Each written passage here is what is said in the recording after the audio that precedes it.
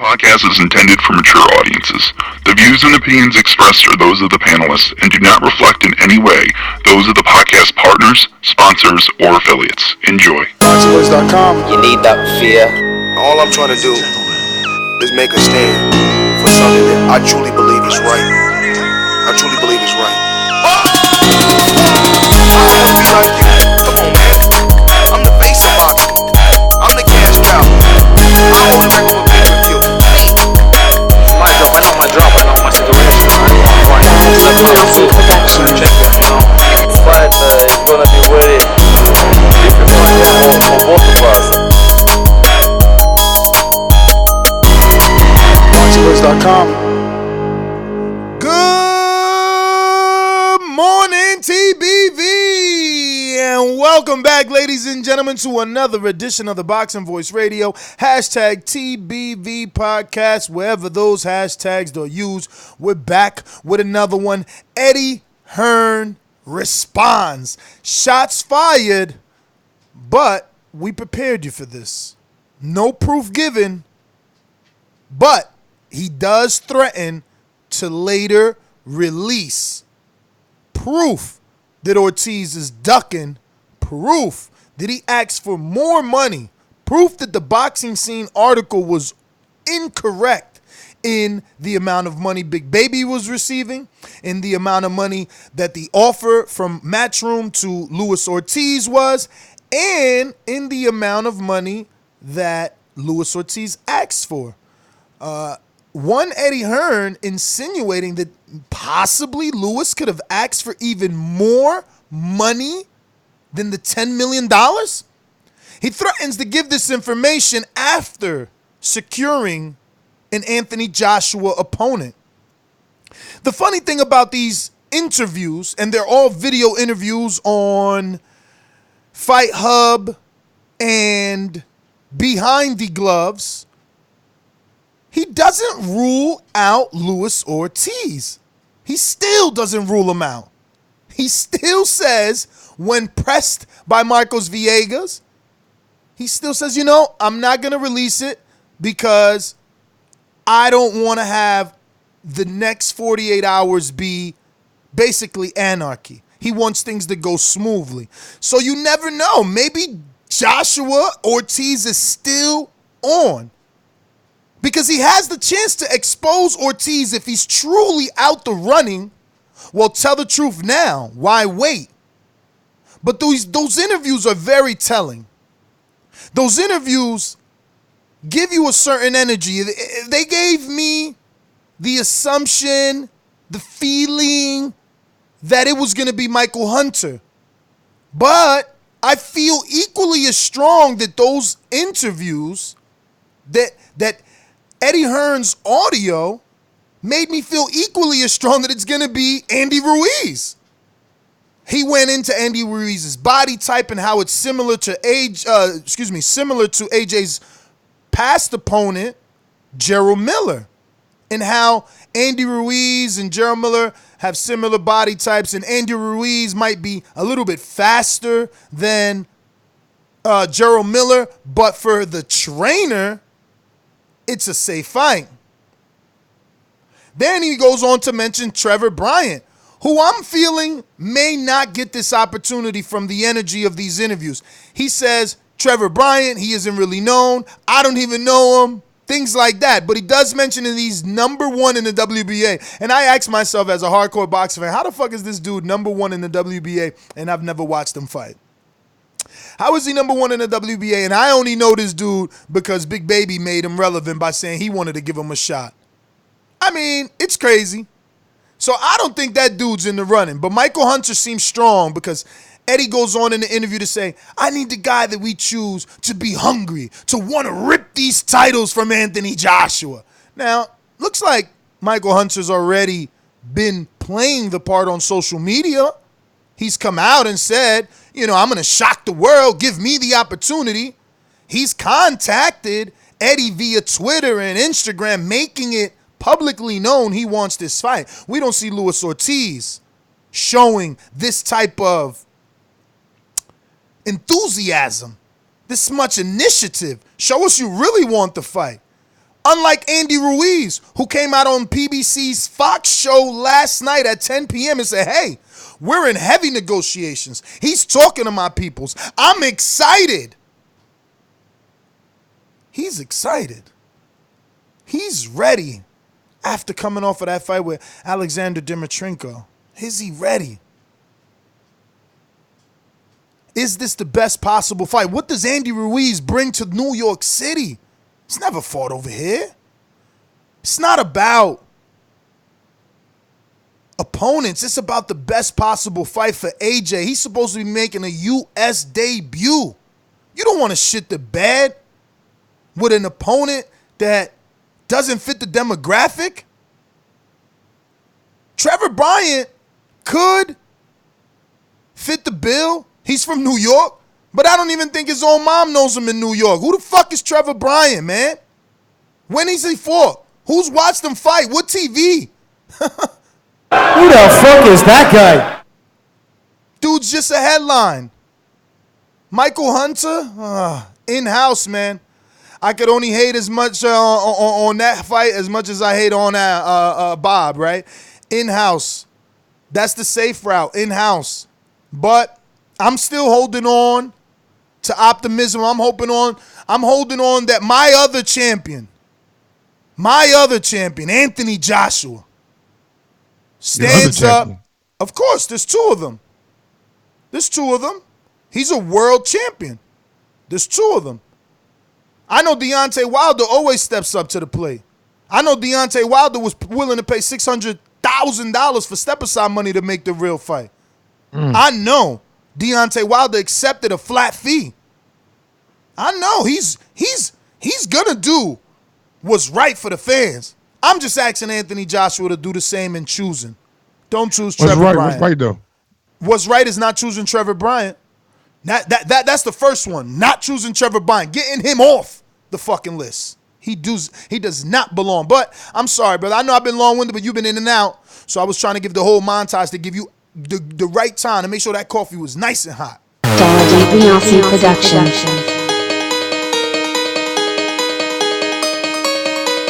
I speak it, believe it, receive it. Speak it, believe it, receive it. BoxingVoice.com. So when I stop him, I'm gonna say.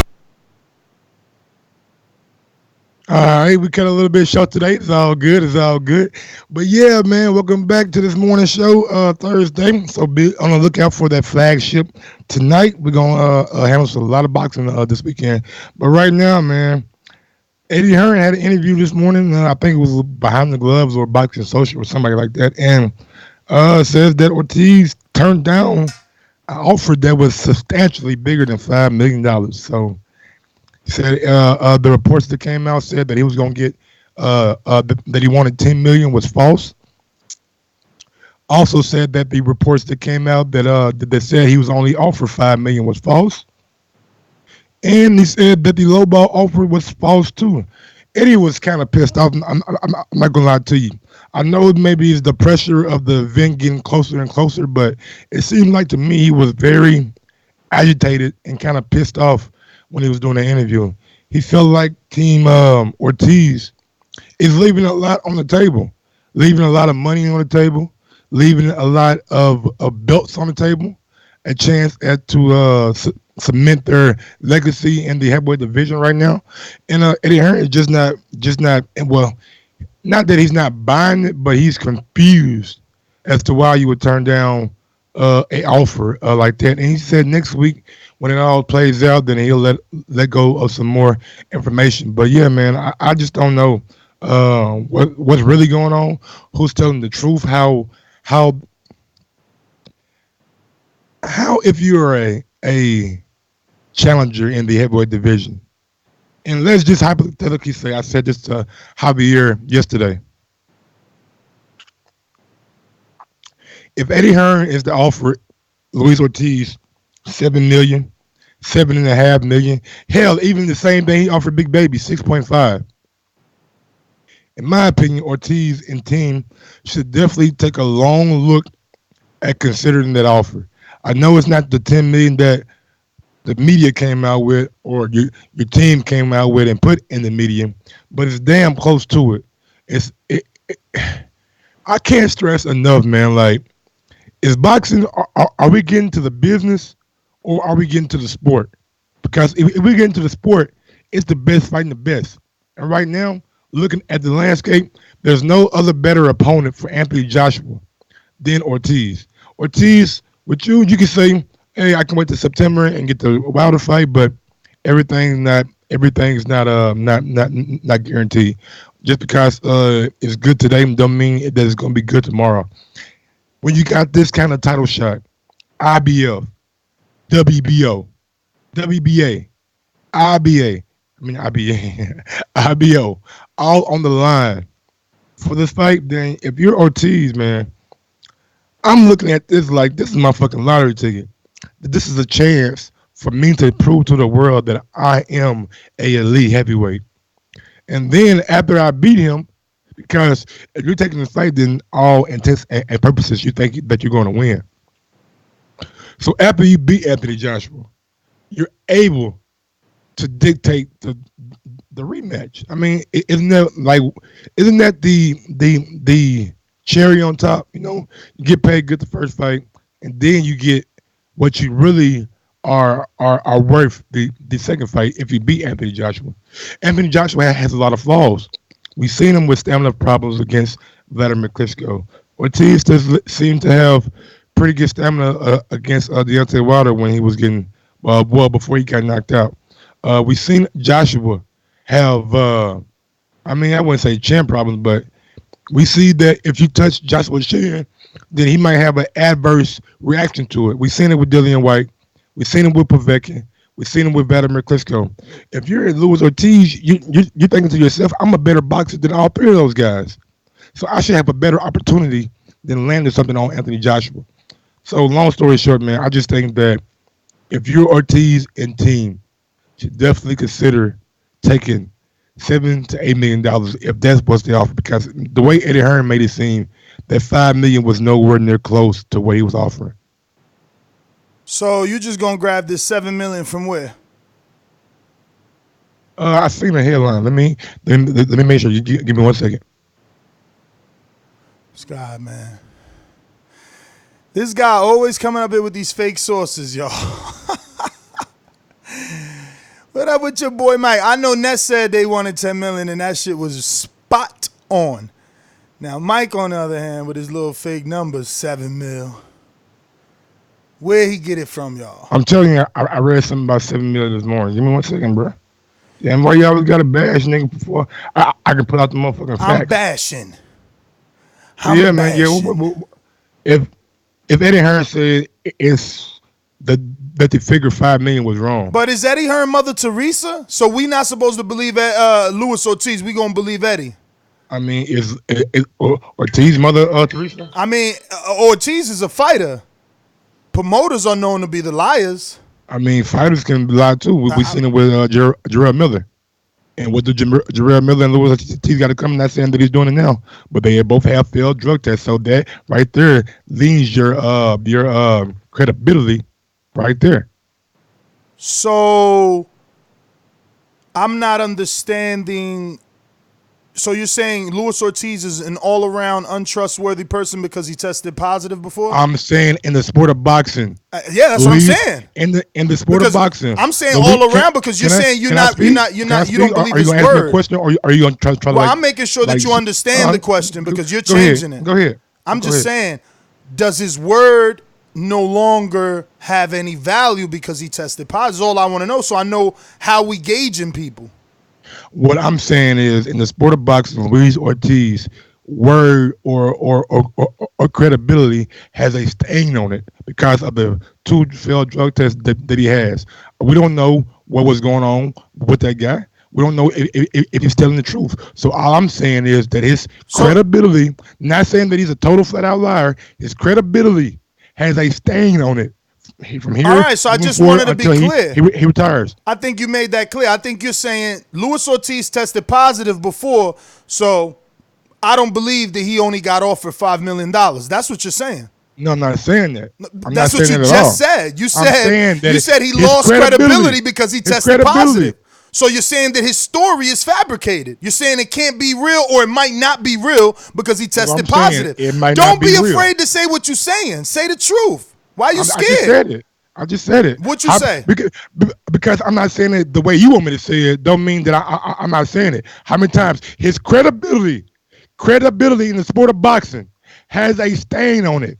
And I continue to ask you. I'm asking you. I'm not asking the fucking sport of boxing. I'm asking Michael Gross.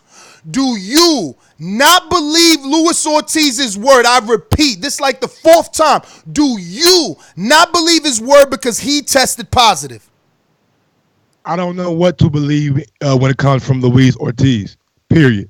And why is that? Because he tested positive? Because in the sport of boxing, Luis Ortiz credibility and reputation has a stain on it. I would not say how you want me to say it. This is how I'm going to say it. It's my argument. It's my statement. Live with it. So he has he's a stain on boxing because of what though? He's a stain. Why? Is he dirty? Is his underwear Ortiz, dirty? Like what? Did he fall on some mud? And reputation in the sport of boxing has a stain on it. If you don't know how, then that's your problem. You should do some better research. So you don't want to inform your casual listeners of what it is that you're bringing up on the show. If they do your research, big dog.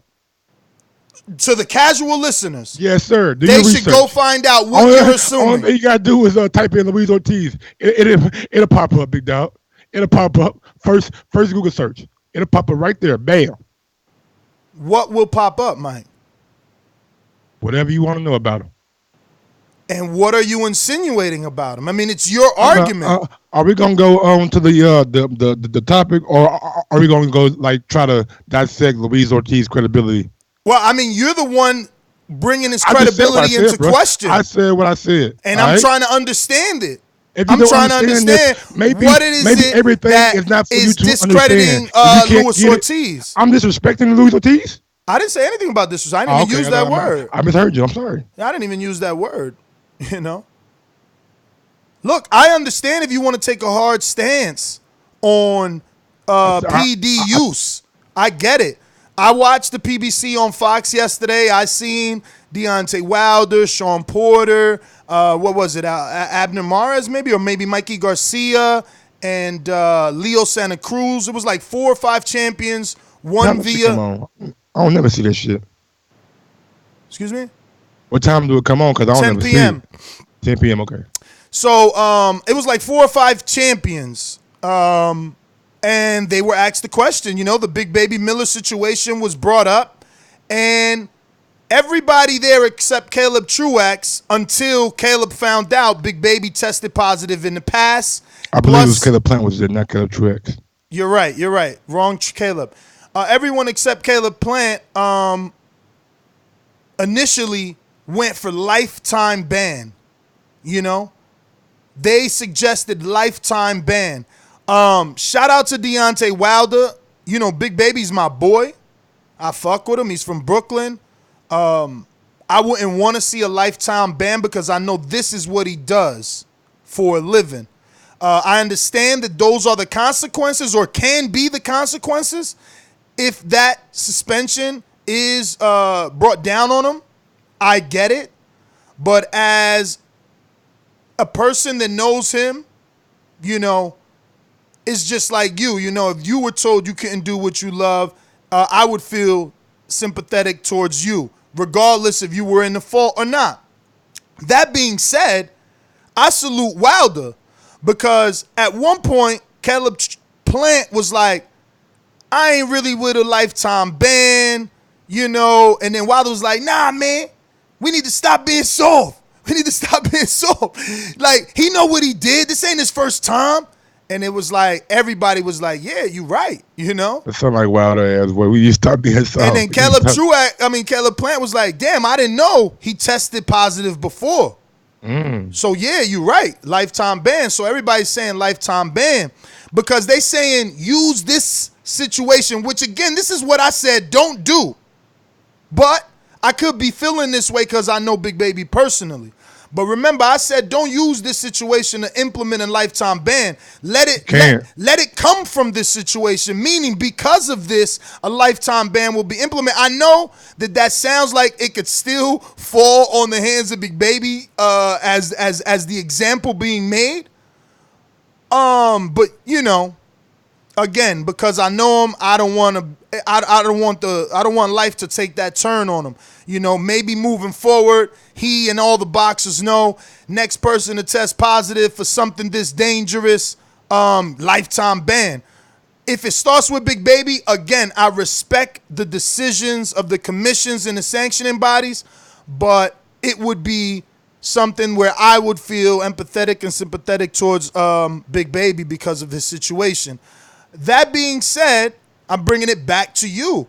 It's cool for you to say you don't trust Joshua-Ortiz because he tested positive. You know, it's not about me hammering you to a sentence, but there are a lot of people like you. You shouldn't be afraid to say it. I'm not afraid to say anything. Sounds like it. You're insinuating something, but you're not being clear. But real quick, I want to touch on that Big Baby thing real quick. Big Baby should not be the example put forward because other people have failed tests in the past, and it's not fair for Big Baby to be the example, to be the for lack of a better words, the martyr for this kind of thing. He shouldn't be expelled from boxing, shouldn't be thrown out from boxing, but he should have I believe a 1-year ban from the sport of boxing because of the things that he was putting in his body. It's not like he was taking it unknowingly with EPO. That's something that has to be injected in you. So with that being said, Big Baby should have a 1-year suspension, and also after this, he should be drug tested every time, voluntary and involuntary, throughout the whole year. You know what would be good addition? When a person tests positive like this, you should be forced that if you want to seek out a boxing license in any state, you must be on VADA 365 out of pocket. Yes. Out of pocket. You fucked up. You pay for that shit 365 days a fucking year. You know? Now back to the Joshua-Ortiz thing. Like I said earlier, I'm of the mindset that $5 million, like I said yesterday, was a offer that I would consider to be a good offer. Now, if Eddie came back and said that the offer that he offered Ortiz was substantially bigger or more than $5.5 million, then hold Ortiz, up, champ. Why all this time I was arguing the whole PD thing, you couldn't find your fake ass article with $7 million? What's going on, Dan? My bad, bro. I was arguing with you. My bad. Give me a second. My bad. I hate this fake news, man. Dudes be bringing up fake news. That's crazy. I don't like that shit. Go to Hearn real quick and I'll find it. Go to Hearn. He's here? You can't see people, bro. I swear to God, you can't see nobody. Bro, I keep telling you how many windows I got, man. Like, you gonna come over here in the next couple of weeks. You'll see. I didn't even know a con was there, bro. Let me go ahead. Oh, damn. Let me do this. I'm sorry, Con. Wait, what is going on here? Yeah, but like I was saying about BoxingVoice.com. There's never any doubt in my mind because I'm the best in the world. There was a part of me that wanted to go more around. I'm a fighter. DaZn Productions. I don't know who he was, man. He's talking at us. I said, why do you jump in the social feeling space? Yo, what's up, guys? Apologies for being late. Yeah, Ortiz. Yesterday we did a show saying, wait, is my mic bad? Are you on Wi-Fi over there? Like, what's going on? No, I'm not even on Wi-Fi. I mean, go ahead. Hopefully it just like, sometimes internet is like that. It might just like be laggy and pick up. Go ahead. Okay, my bad, guys. You do sound way better. You sound a lot better. Yeah, way better. All right. Yeah. Yesterday we did a show on Ortiz. We went back and forth. I was calling him a duck. They were saying, Nez, you were saying, 6.5 million. He needed to get what Big Baby got. Yesterday, Eddie Hearn basically came out and said he was offered more than Big Baby. He's essentially saying, well, he's lying. I'm going to expose him. I'm going to expose him just yet, but I'm going to expose him once we've confirmed an opponent. Yeah, pretty convenient. I'm going to expose him, just not now. He's lying, but I won't tell you until later. Can we? Okay, I'm not saying Eddie Hearn is the most trustworthy person, but He's can not. we make He's the a promoter. assumption? Can we make the assumption that there is a possibility that he actually did get offered something higher than what Big Baby was set to make? There is absolutely a possibility that what Eddie is saying could be true, but there is more of a possibility that he is lying. We've already had 3 major heavyweights tell us that Eddie sends low ball offers. Now, all of a sudden, the 4th one comes out, and we're not going to believe him, according to Mike, because he tested positive. I don't know. Go ahead, Mike. I was saying, like I've been stating, always stated his credibility and trustworthiness in the sport of boxing can be called into play. Not saying that Eddie Hearn is the most trustworthy guy, but I feel like when you have the pressures of Sky Sports and you have the pressures of the Zone, a low ball offer with 5 weeks left to go, there's not a whole lot of time to negotiate. So why would you, if you're trying to save the event, try to get the opponent that Joshua wants? That Joshua said, because it's in your best interest. According to Eddie Hearn, that Joshua stated that he wanted. Why would you lowball Luis Ortiz if you try to get him? Maybe it's not maybe it's not 10 million. Maybe that's not what he asked for. But he's saying that it's more than a $5 million that's reported. Akan, let me talk to you. You haven't been here in a minute, man. Look, we're gonna play promoters. You know, I'm AJ's promoter now, right? I understand this is the goose that laid the golden egg. Convince me, Akan, why the fans are more important than this goose that continues to lay golden eggs. Why would I risk the same thing I said yesterday? My energy doesn't change. Only you morons, and I don't mean my host, okay? Why would I put Luis Ortiz in a fight with AJ on 5 weeks' notice? On yesterday's interview with Behind the Gloves, he comes out again and says, well, Rob McClacklin really doesn't want it. He told AJ, you only got 4.5 weeks of sparring, man. If you really want to and there's no one else left. Oh, so Trevor Bryant's not there. Oh, Michael Hunter's not there. And Andy Ruiz isn't there already saying he received phone calls and happy, excited, and I got to calm down because I'm so excited? Come on, bro. This is promotion. Hold on. I just want to finish it with the cherry on top. This is promotion at its finest. This is deflection. You tell the people what you know they want to hear, but you do something else. You blame it on them. You blame it on them. You know?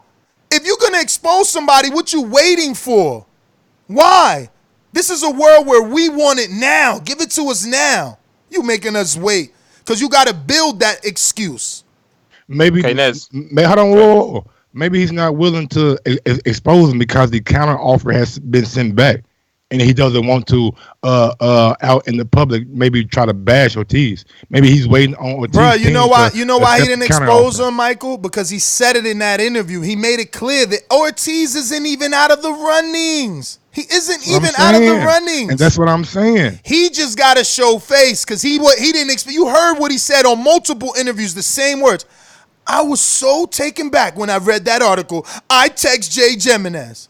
He was mad because that team was told not to go to the media. But that team got smart. We're not going to let you play us. We're not going to let you use our name.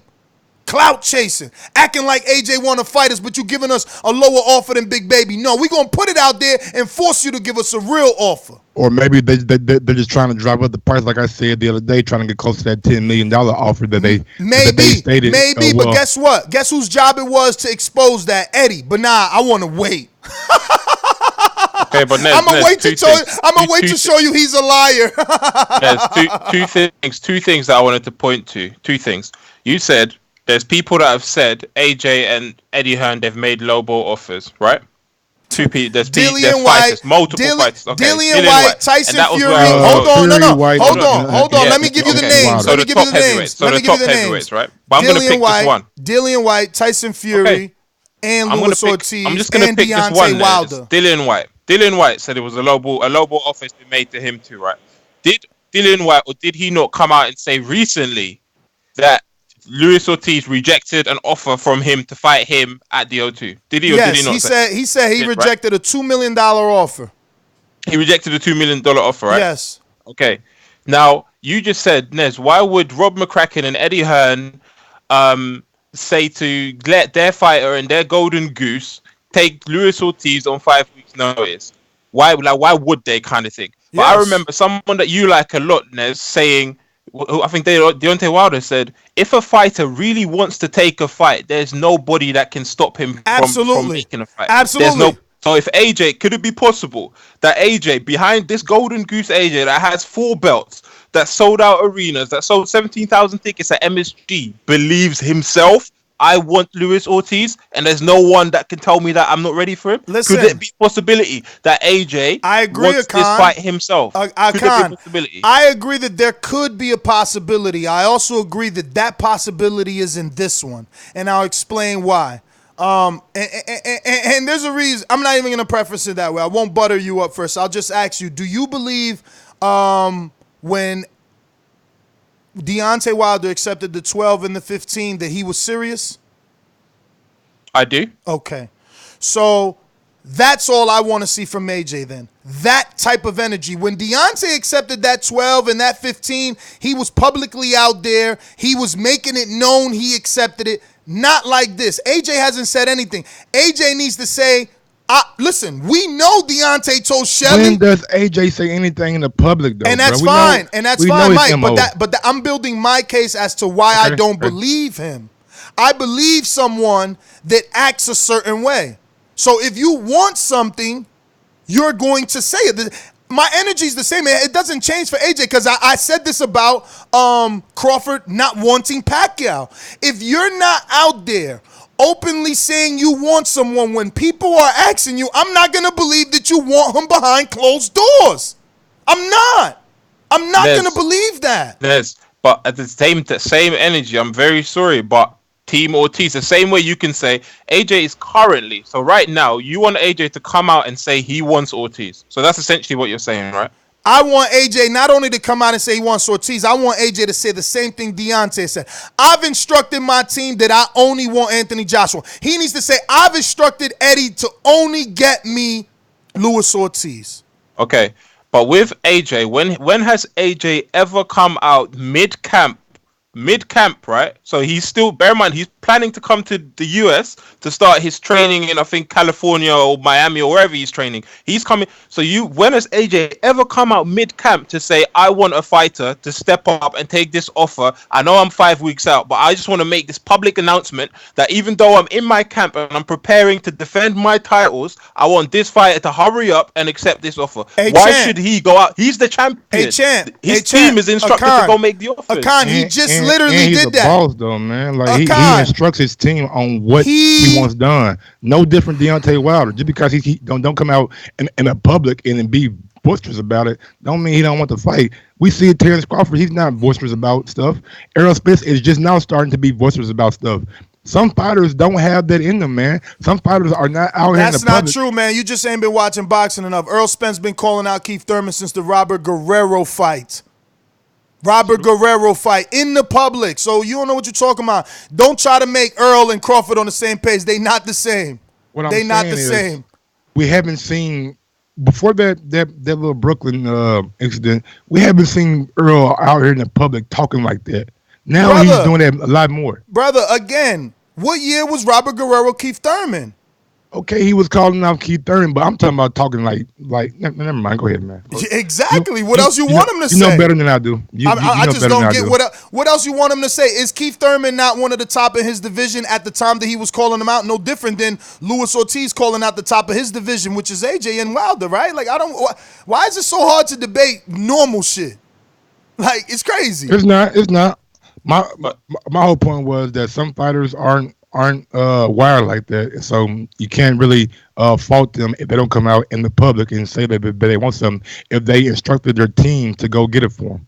True. My whole point as well in argument is that I don't see any benefit to Team AJ at all to mention Luis Ortiz's name unless they wanted to fight him. I genuinely believe when this opponent dropped out, they had no there's no advantage of me just say, for example, I'm the top heavyweight. Mike is a contender and you're a contender, Nez. If I don't want any smoke with you, why, if Mike has pulled out of a fight, would I suddenly mention your name saying I instructed for my team to contact your team if that's rubbish? Why would Team AJ even send an offer that could be, say they send an offer of 1 million out? Ortiz could actually accept that. So an offer was actually made. It was rejected. We argued that yesterday. 5 million. He should have gotten more, according to people. His value was higher than that. An offer was actually made. We're glossing over this fact that Ortiz could actually accept the offer. If Ortiz's team didn't come out and say, "Oh, we don't want to accept that. That's a lowball offer. That's disrespectful. Eddie Hearn's a liar. Eddie Hearn's a cheat." Right now, we'd probably be discussing how Ortiz versus AJ has been confirmed. Would we not be discussing that? Let me ask you guys one question. Who has final say on the fighter taking the fight? I'm glad you brought that up, nigga. That was my next point. Dazn. Okay. What about you, Akan? Who you think has final say on a fighter taking a fight? My personal opinion, I believe it's the fighter. Okay. I don't believe it's Dazn. I believe it's the fight. I think Dazn can't force AJ to take a fight that he does. If AJ didn't want to take a fight, I don't believe Dazn can force him to take a fight. Did you watch Ron interview with the vice president? Yeah. Okay. You want to explain to the people that didn't why you bringing it up, Mike? The reason I'm bringing it up, man, because the vice president said, I believe he said that they have final say-so or final approving of the fighter, and they would, not saying, but I'm going off based on what I've seen in the interview with Adam Smith and Eddie Hearn. They wanted Luis Ortiz, so it's kind of hard for me to believe that Dazn wouldn't be on the same kind of boat as Sky Sports. So if you're empowered by Dazn and Sky Sports, why would you bring over a low ball offer for Luis Ortiz when you know that's what they want?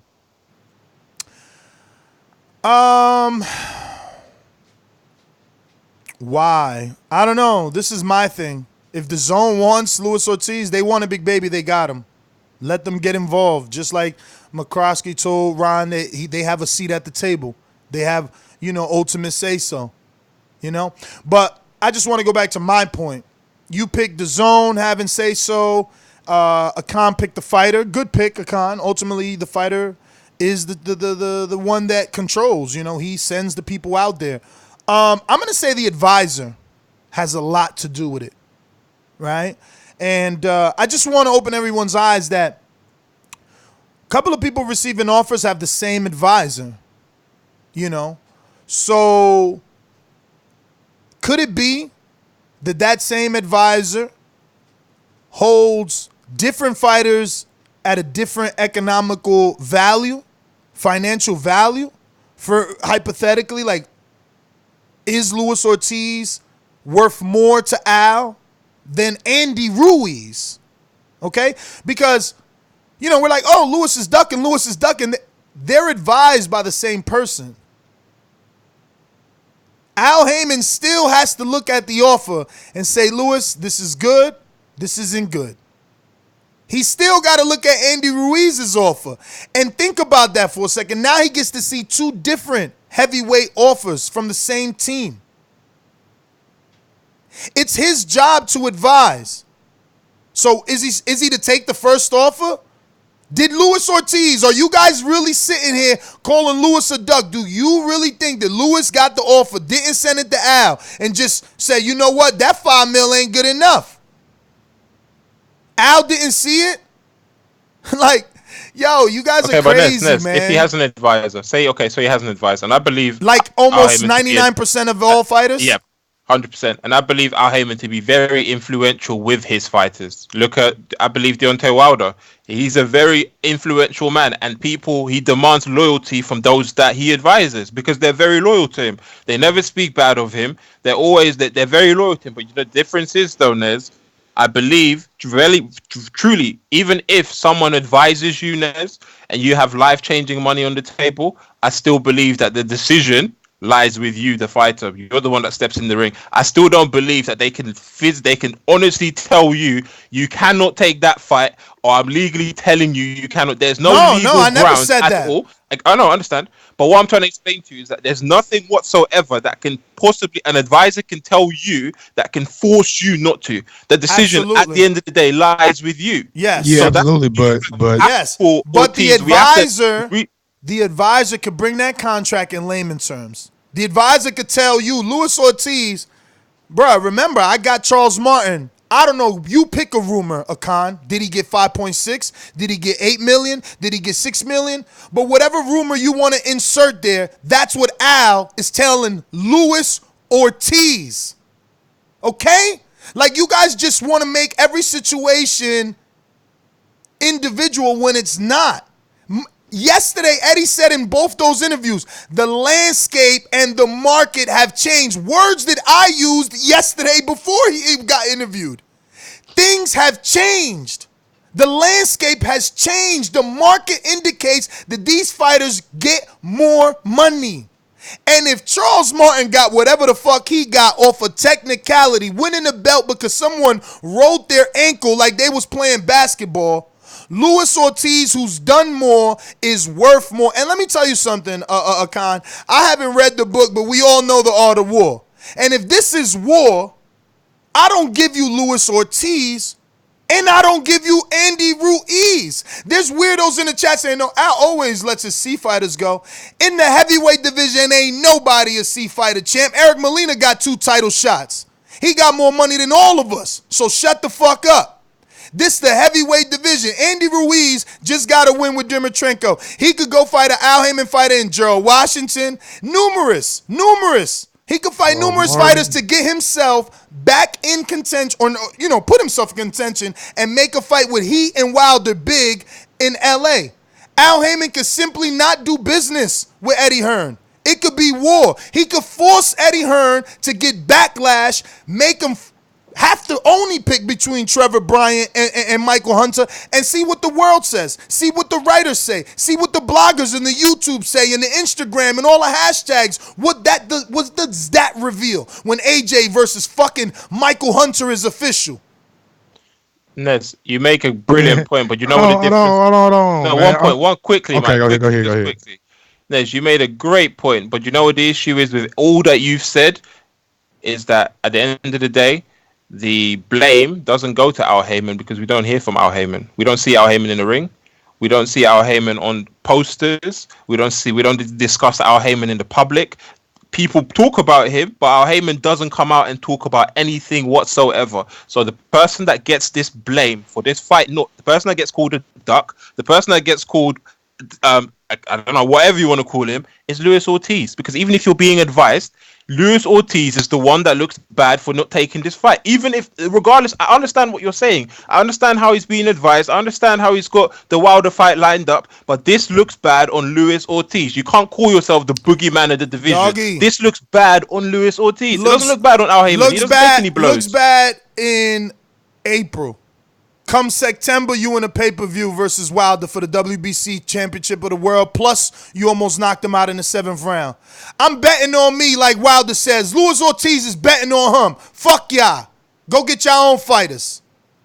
And real quick, if you're listening right now on YouTube, we got 454 watching and only 78 thumbs up. So if you want to go ahead and smash that thumbs up, it helps with the visibility of the show.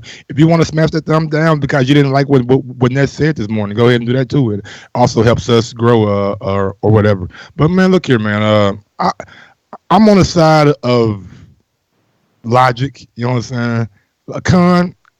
I kind of agree with what you're saying, but I see what Ness is saying too, man. You listen to Al Haymon, how many fighters come out and say, damn it, Al Haymon fucked me over. Nah. It's slim to none, you know what I'm saying? Fighters may leave because they're not happy because they're not as active, but no fighters ever come down and say, hey, man, we ain't get paid right, or Al still owe me money. So with that being said, Ortiz is probably going to make whatever Eddie Hearn's offering him, probably make it 2 or 3 fights from now, but I'm of the mindset when you got 3 belts on the line, Anthony Joshua, and the possibility of you, like you said, betting on yourself.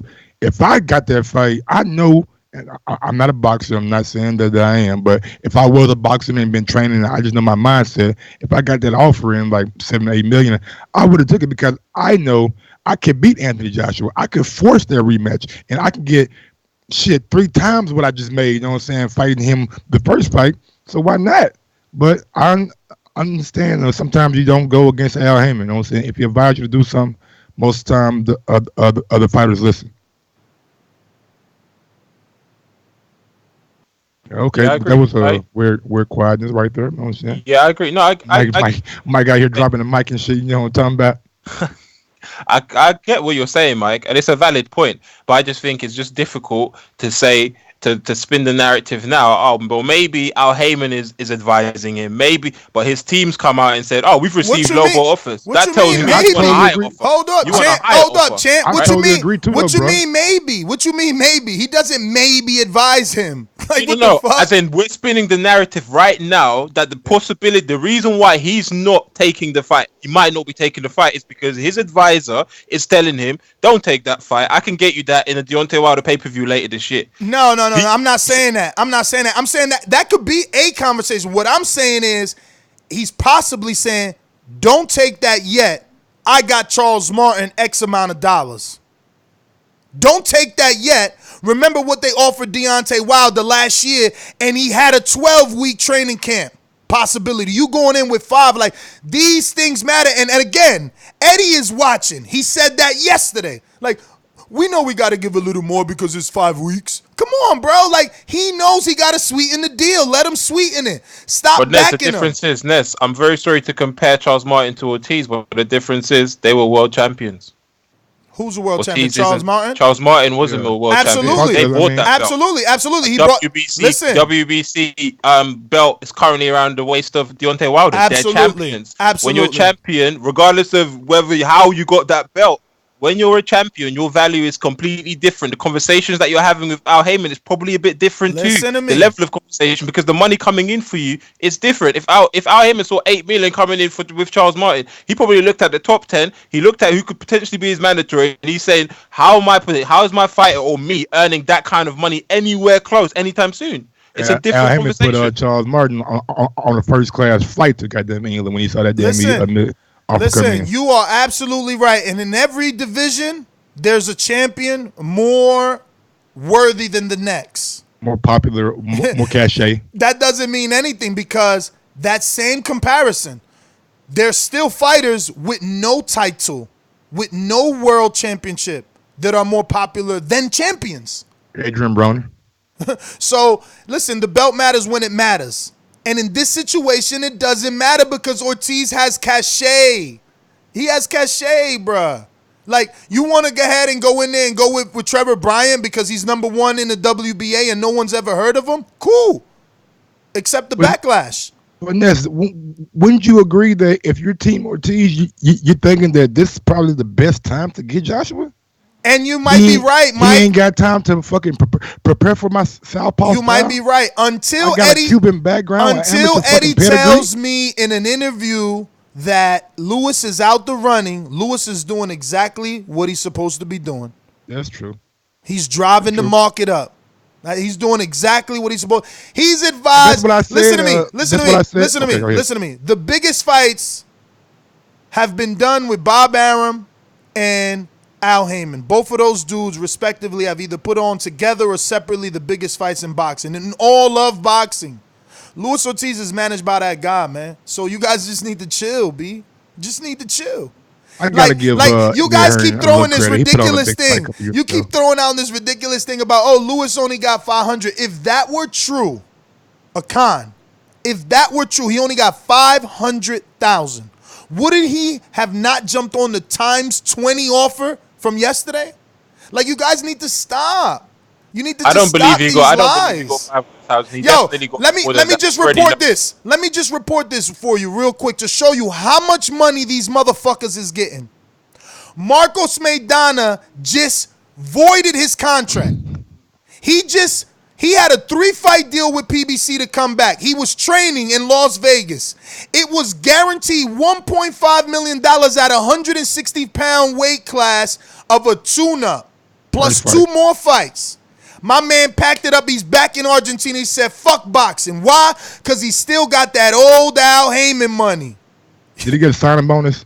Bruh. And in the article, guess what it says? That he's still living off the first Mayweather negotiations. Because you know why?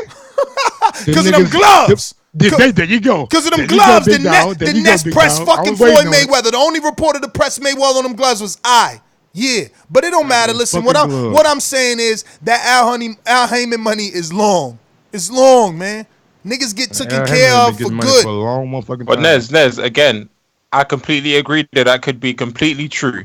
And he could say, well, why take that fight when I can give you double that? Why take that fight in that, Mike, as you said, you could make that in 3 fights, or I can give you Deontay Wilder. I completely agree with that. But the difference is his team have come out and said, we are not taking the fight. We've been told to stay quiet. We've been lowballed. So that to me indicates that you're waiting for an offer to come in that's sizable, and you're waiting for an offer to come in that you're happy with, right? Okay, yeah. Eddie Hearn's coming back and he's saying, we're offering him more than Big Baby Miller. Big Baby Miller was getting 4 point something. Eddie Hearn is coming out and essentially saying you're getting a career high payday, all of this stuff. Now, if it's true, and say, for example, you bet on yourself, the same way Deontay Wilder bets on himself, you want to bet on yourself. Absolutely right. But why are you then saying that you're being lowballed, Ness? Why not just come out and say that? Why not just come out and say that? I don't get it. Why can't you? Can both things be true, Akon? How do both things? But I'm trying to understand how do both things happen at the same time. You can use the media, bro. Like Ortiz's team is doing exactly what I said they were doing. I believe it was a Wednesday or whenever the story broke. They are using the media to drive up the fucking price. At the end of the day, that's all that they're doing. They're in the media, and it may backfire. It may be the wrong play, but at the end of the day, it's still a play to be played. They're using the media to drive up the price to get what they want. They know AJ is desperate. They know Dazn and Sky are desperate to save this event. Well, not save it, but salvage this event. So they're driving up the price. Listen, man. We could argue all day. Let's go out to the callers, bro. It is what it is. People gonna believe what they want. Put me down for a W for today's argument. Mike wins. What did you win? Luis Ortiz, credibility and reputation has a stain on it. That's the quote of the day. Hey, man, listen. Luis Ortiz doesn't take this offer. People think he's shot himself in the foot. But again, you're not a fighter. You ain't been in the ring. You ain't take no punches. You ain't almost knock out the heavyweight champ of the world. You don't go to sleep at night knowing that you almost knocked him out, feeling that you had him out on his feet. You guys want him to take the toughest fight of his career because guess what? You guys are also the ones that think AJ is the better heavyweight. So now you want him to take on the better heavyweight in 5 weeks because, according to Mike, it's the right time. You got a shot, all this opportunity. Blah, blah, blah. Let me finish. You gave your closing thoughts. My bad. My thing is this. I'm going to listen to the career maker. See, could he get me more? If he doesn't, I'm going to take the shot. Because I think Jose from Canada is the guy that uses this phrase. Better the devil you know than the devil you don't, Mike. And the devil that Luis Ortiz knows is Wilder. He's been in the ring with Wilder. He's comfortable now with Wilder. He almost knocked out Wilder. He's still going to get the AJ shot if he knock out Wilder, you dummies. Y'all just dumb. And that's only in September. Y'all just dumb. That's why y'all not Al Heyman or Luis Ortiz. That's the fucking reason why. Just somebody on a keyboard saying Luis Ortiz is ducking because you dumb. And you ain't never been in the ring. At the end of the day, though, Nez, I think it's very clear, from my point of view, it's very clear we need to stop calling Ortiz the boogeyman of the division. That, to me, is very clear because I don't even believe he's earned that status. Why? He hasn't earned that status. How's he earned that status? Why? Because you feel he didn't take I'm asking any type of money? Did he earn it? Did he earn it? I mean, when no one's lining up to fight him, it sounds like he earned it. I know one guy that's lining up to fight him now. Who's that? AJ. According to what? According to his team calling him out, according to an offer that's been made. According to a lowball offer? Hold on. Offer? When AJ was in America and right after the Jarrell Miller fight, did he not say during the after the press conference, did AJ not say, if I can't get Wilder next, I want Ortiz?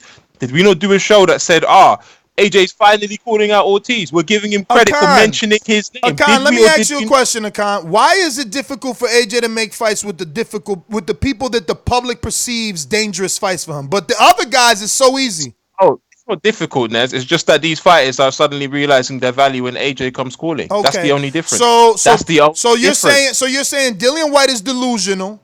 Tyson Fury's delusional. Let me finish. Dillian White is delusional. Tyson Fury's delusional. Deontay Wilder's delusional. And now Luis Ortiz is delusional. Okay. Dillian White. Did he not say he got everything he wanted in the end, but he didn't get a long enough training camp? So that's one. Tyson Fury. Did he not run off the ESPN? Which he did. He was meant to be in a rematch, right? He didn't get an offer from AJ.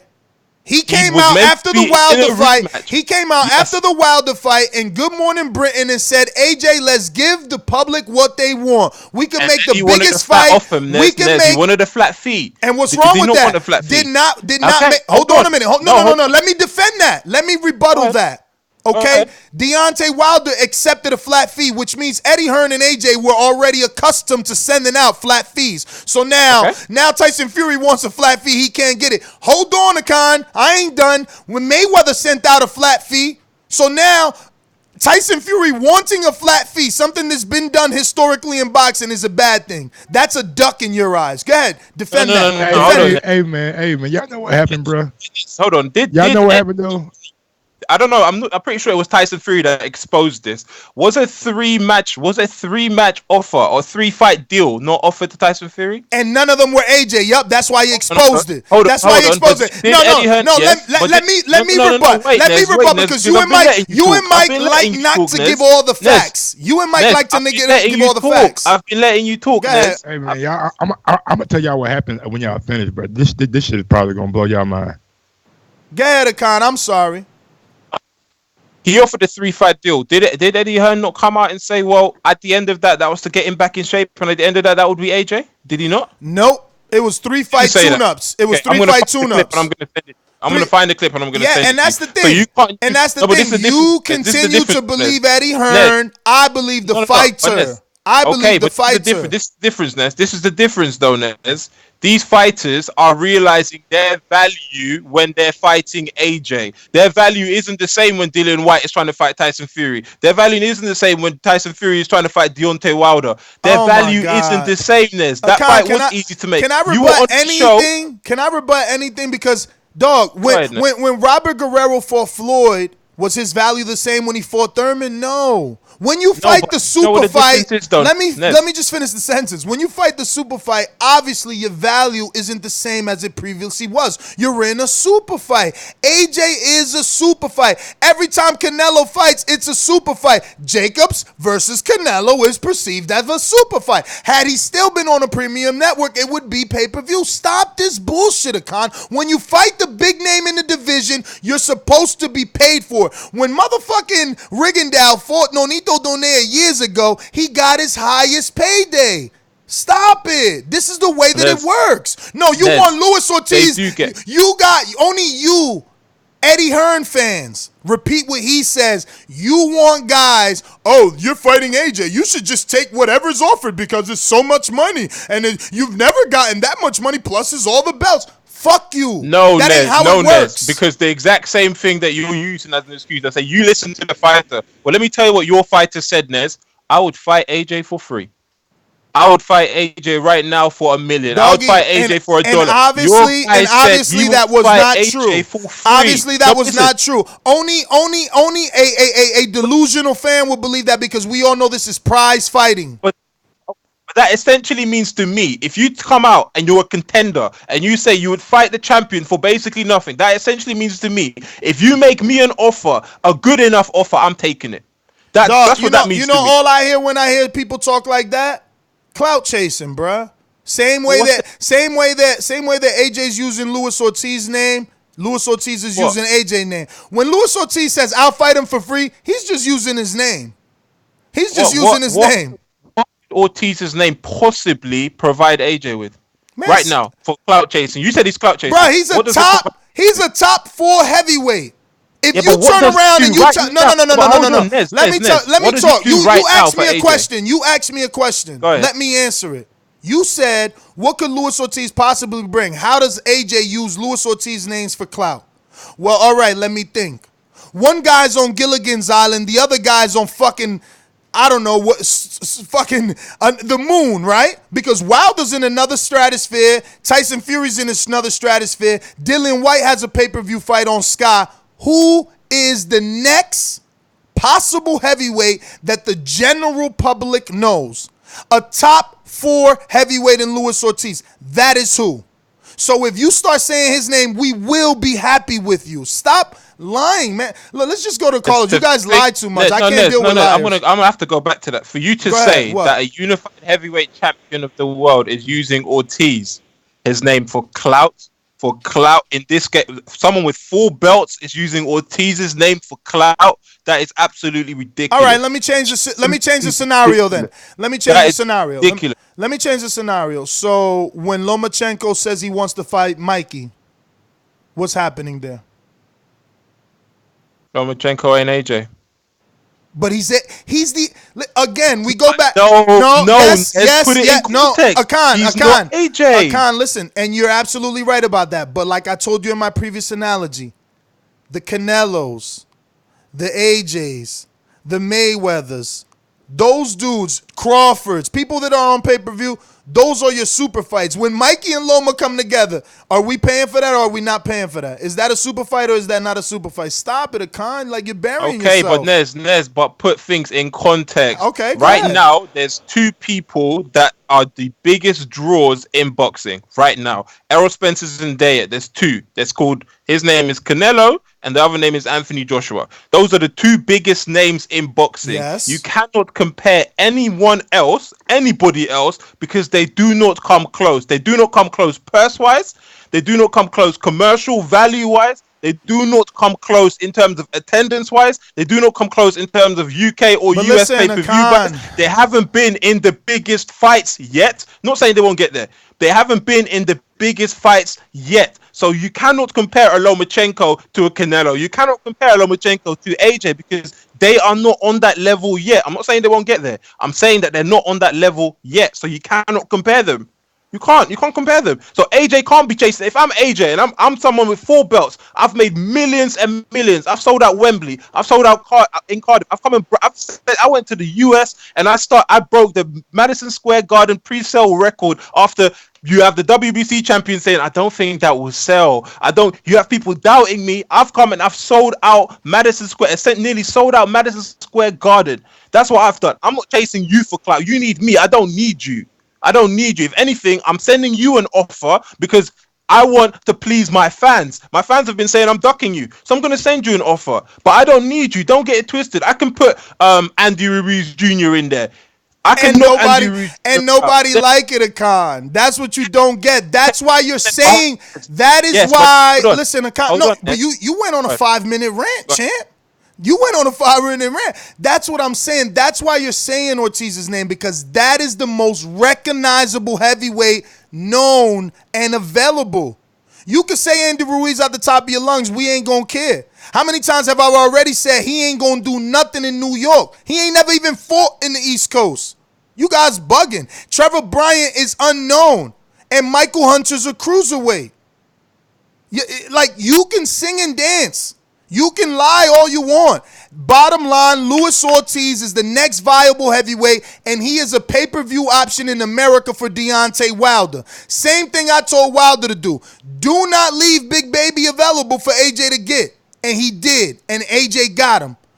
Don't leave Luis Ortiz available for AJ to get, because he is the next viable dance partner. Even Dillian White want to do a pay-per-view, but you want to sit here and tell this audience now all of a sudden that he is invaluable? Bro, let's just get to the callers. We don't agree, and that's fine. We're never going to agree, and that's fine. No, don't go to the callers yet, because this is my opinion. You said the fans won't accept Andy Ruiz or Michael Hunter. Nope. Okay, did you think the fans would accept Big Baby Miller? They did accept Big Baby. I was pushing Big Baby. Did you expect them to accept Big Baby Miller when Ortiz was technically out there too? Other fighters were out there too. There was a point in time where we did a show where you said 10 heavyweights, so all the top 10 are available. Did you think that the public were going to accept 17,000 tickets were going to be sold for Big Baby Miller. Did you think that was going to happen? Akan, I don't know if No, answer the question then. I don't Just know. say yes I or don't no. know if Akan smokes because I do, but like y'all niggas still going at it. Boy. No, you answer the forget. question. I'm answering it. I'm answering. I'm Yes, just I'm not gonna. Like Mike says, I'm not gonna answer at your pace. I'm answering it. Exactly. I'm answering it. Okay. Listen, I don't know if this guy's got bad memory, Mike, but the only one that was saying that Big Baby Miller was deserving of a title shot based on his record was me. Like, I don't know what he's trying to say now. Like, I've been said Big Baby was the best opponent. I also said that Deontay would have been smart in snatching him up. Yep. So, like, I've been thought Big Baby was a viable opponent. Has he done more than Luis Ortiz? No, but he talks better. Luis doesn't know English. So he talks better. He's sellable. He's marketable. So okay, but yeah, let me put this in. Let me essentially explain why I said that. Yeah, because AJ after his last because fight, the first AJ time didn't work. Hold on. After AJ's last fight, he came out and he said, "I'm going to do a little social media post," which I thought was quite whack actually. He said, "I'm going to do a social media vote, and I'm going to put the names in. I don't want you guys to vote who you want me to fight next." I don't believe Big Baby Miller was in that list. Now, the negotiations with Dylan White broke down. Deontay Wilder wasn't going to happen. The Zone, whatever, it wasn't going to happen. Big Baby Miller was announced. But you said the fans won't be happy with it. The UK fans, they would be happy with it because 10,000 people flew out for AJ Miller. The UK fans will be happy with AJ if he fights. God knows who he fights. As long as it's a top 10, the UK fans, they're filling out Wembley. They're filling out Wembley, Nez. Right now, this fight is not happening. The Big Baby Miller fight is not happening not because of AJ. It's not happening because of AJ. AJ didn't fail anything. He's still standing there. It's happening because Big Baby Miller failed. So essentially, the UK fans that are coming to see AJ knock someone out, they're going to be happy if they see it. They're going to be content as long as AJ knocks out whoever is there on June 1st. So for you to say or the fighters the fans aren't going to be happy, I bet Sky don't believe that. I bet the Zone don't believe that because they know if AJ knocks someone out in spectacular fashion, that does numbers. It does numbers, man. Listen to me. It does numbers. Listen to me, champ. You can sing and dance all you want. The Zone already told you they not happy with them whack opponents. That's why they offered Big Baby more. So again, you can continue to lie. We not gonna agree. It's better we go to callers. Because all you do is keep adding different lies to make us believe that AJ can fight whoever he wants and we're gonna be happy. No, the Zone ain't happy. Fight Hunter. The Zone ain't happy. No Hunter. The Zone ain't happy. The writers will not write pretty. The writers will not write pretty. Okay, I know, but when you got a chance to get Ortiz, you gotta make it happen. Hey, Mike. What you want him to do? Yo, Broner has called Dan Rayfield fat because Dan has talked about him and his opponents. You telling me that Dan ain't gonna say AJ's fighting a bum? Yeah. Get the fuck out of here, bro. Coppinger's not gonna say it. What do you think? Okay, so say Dan writes AJ is fighting an absolute bum. What the hell do you think that means to Team AJ? Bro, what does that mean to Team AJ? Let me get an uninterrupted rebuttal here. Cause your lackeys, I mean, these fucking UK dudes are really sheep. People are in the chat might like, Khan is killing him. He's killing him. Wait, let me finish. Right?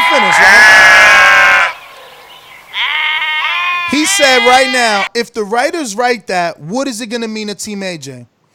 Let me put the camera on me, because y'all don't need to see this motherfucker no more. It means so much what the writers write and what the fuck as fans think that AJ abandoned his quote-unquote next 2 fights in Wembley. AJ's staying home. We're proud to say we're staying home. Ladies and gentlemen, what we built here in London, we're going to stay here. They're going to have to fight here. Oh, shit, y'all. We got to pack the bags. The money's in America. Bye, UK.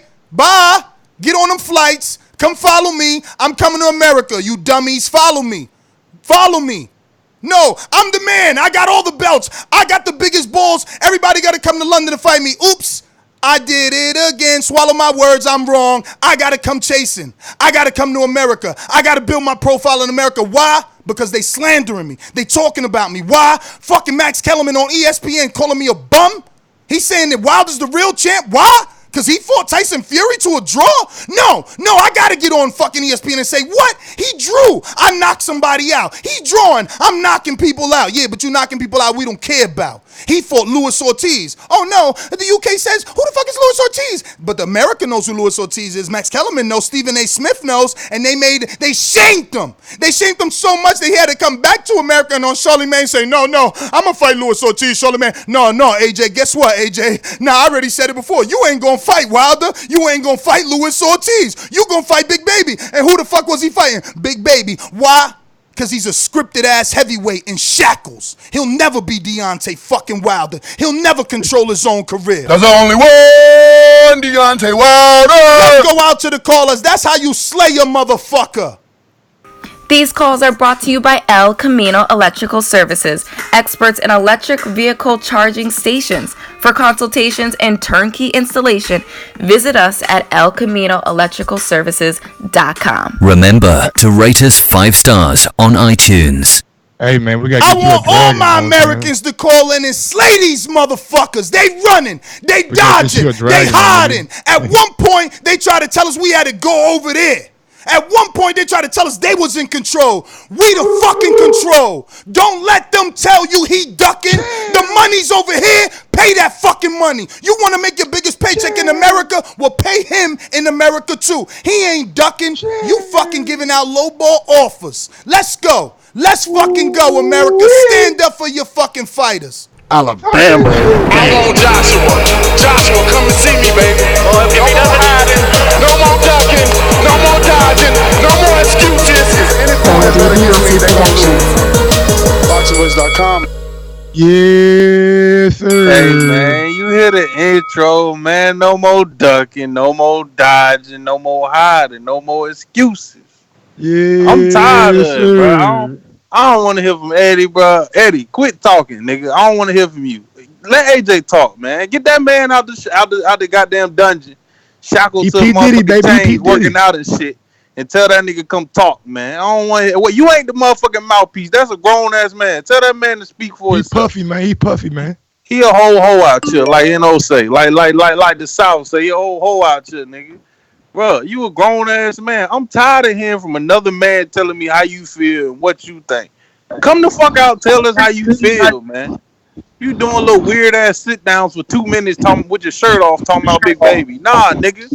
Come tell us how you feel. Tell us how you gonna make this fight happen. Tell us how we don't give a fuck. We gonna give you your money because I want to be the best. Because you say you want to be the best. Who is that fucking up Javier? I don't know, but I'm finna fuck that nigga up. What's going on, nigga? Hey, man, because you was going off too, nigga. You said we could do an interview with his shirt off talking about Big Baby. Yeah, bro, nigga out here with his shirt off talking about Big Baby. Nah, nigga, we don't want to hear about Big Baby. Hey, Javier, that's another thing. Meanwhile, he got time to address Big Baby. He can't address Joshua-Ortiz like Joshua-Ortiz. I'm coming for you. Don't duck me. We want you. Nah. Exactly. Oh, AJ don't gotta do that because he's civilized. He's from the Great Britain. He doesn't do those things. He just doesn't do that. Yeah, he talk about the man mama in the interview. Nigga, if you talk about nigga, my bro, tell me you a savage. I forgot about nigga. that Go shit, whoop man. My Louise bad, ass. bro. Nigga. Go whoop somebody's ass. If you bring out one of these bitch ass niggas, I do not want to hear nothing about no nigga who's a cruiserweight in the past. I don't want to hear shit. I don't want none of that, nigga. Fight somebody in the top 10, top 5. Nah, top 5. Fuck that bullshit. Let's go. Let's make this shit happen, bro. The nigga want to play, bro. Get that nigga his money. You got y'all say y'all got all the money, nigga. Well, bring it out. Show me you got the motherfucking money. No, don't keep going. You said enough. Let my nigga Javier go, man. I don't want to hear that shit. I don't want to hear none of that, bro. We ain't talking about none of that. Cut it. Oh, all right. Listen, this one got people upset. I guess I triggered them. It could have been Mike. It could have been a con. Nah, nigga, it's you, nigga. It could have been a con. There's a lot of people. That last tirade you went on, bro, please. A lot of people calling in, so that emotion, you got the whole Great Britain calling in for your ass, Ness. It's over for you, dog. Well, let them call because at the end of the day, tell your champ to give out some money. Hey, Ness, hold on real quick. Listen, Dazn giving out money to make this fight, so I don't know why it's so hard. I'm telling you, I don't. And this real quick, man, we got 500 watching, only 143 thumbs up. Go ahead and smash that thumbs up button, man. Help with the visibility of the show. Ness has been going on the tirade today. And speaking of Shields, Ness, what time are you going to see the Avengers tonight? Damn, 2 a.m, champ. Oh, you a tough motherfucker. So you're going to be up at 5. You're going to be back at 5. I was gonna go. I'm still gonna do the nigga. morning show. I'm considering it, man, because I don't want to come back and you be like, hey, nigga, that shit was lit, bro. Listen, you better off than me. I need to see it before the spoilers, before I see someone. Hey, yo, look, Mike's in Indiana, so I'm pretty sure that he'll be able to find it in a theater that isn't jam packed. Like I had to get a 2 in the I had to get a 2 in the morning show because I'm in the I'm close to New York, so it's like overpopulated and shit. Even though I'm in a little bit of suburbia. I bet y'all gonna have people coming out in all kind of. And let me tell you something. I miss. Today is the premiere. I missed this. I was not able to get tickets for today. So we got tickets for Tuesday. That's how far it was already booked. But then I got an email telling me, yo, we're opening up seats at a 2 a.m. showing. You a A-lister. We giving you early notice. Called my girl and she was down. So we're going to take a nap after the show. We're going to take a nap after the show. Hope that we wake up and we're going to go check that shit out. All right. So what I wanted to say is it's a damn lot of y'all. All right. We're going to keep it strict. About 1 minute, man. Yeah, we're going to keep it strict. 1 minute? You dropping them down? Yeah. Give him 1 minute, man. Give him 60 seconds. We're going to keep a strict 1 minute. We're going to try and do at least 5 before we rebut anybody. So if you ask questions, we're going to try not to answer. It's just too many of y'all. A lot of you guys are in commute for work. I want everyone to get their opportunity to talk. And we will get to all the super chats after the calls. That's right. We will get to all those super chats. So, yeah, let's go out to some more callers. Going down the order, obviously. Let's see what we got. Make sure we got no more masterminds, and we do. Joseph in Texas, talk to me. What's going on, Joseph? Yo, Nash, you got me fucking fired up. First of all, fuck that stupid bullshit about I'll fight it for free. That's retarded. You UK dudes use it all the time. And y'all keep saying AJ sells no matter what. No, he sells in the UK. He got y'all sheep's money. He got y'all tricked off. You got to prove that we want to see that fight. I'm Mexican. I don't want to see Andy Ruiz. I'm tired of this crap, man. It needs to be Ortiz. Stop ducking. Stop saying AJ sells. He sells in the UK. That don't matter. That's small money. We talking about big money here, man. Come make the big money or take your ass back home and leave the belts while you're here. That's my call.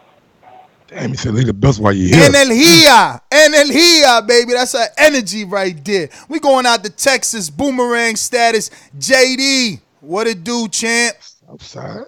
JD, motherfucker. There's a lot of things I like to move, so just try to get on my game. I don't know why they gonna call me, but I'm a 54 pounder.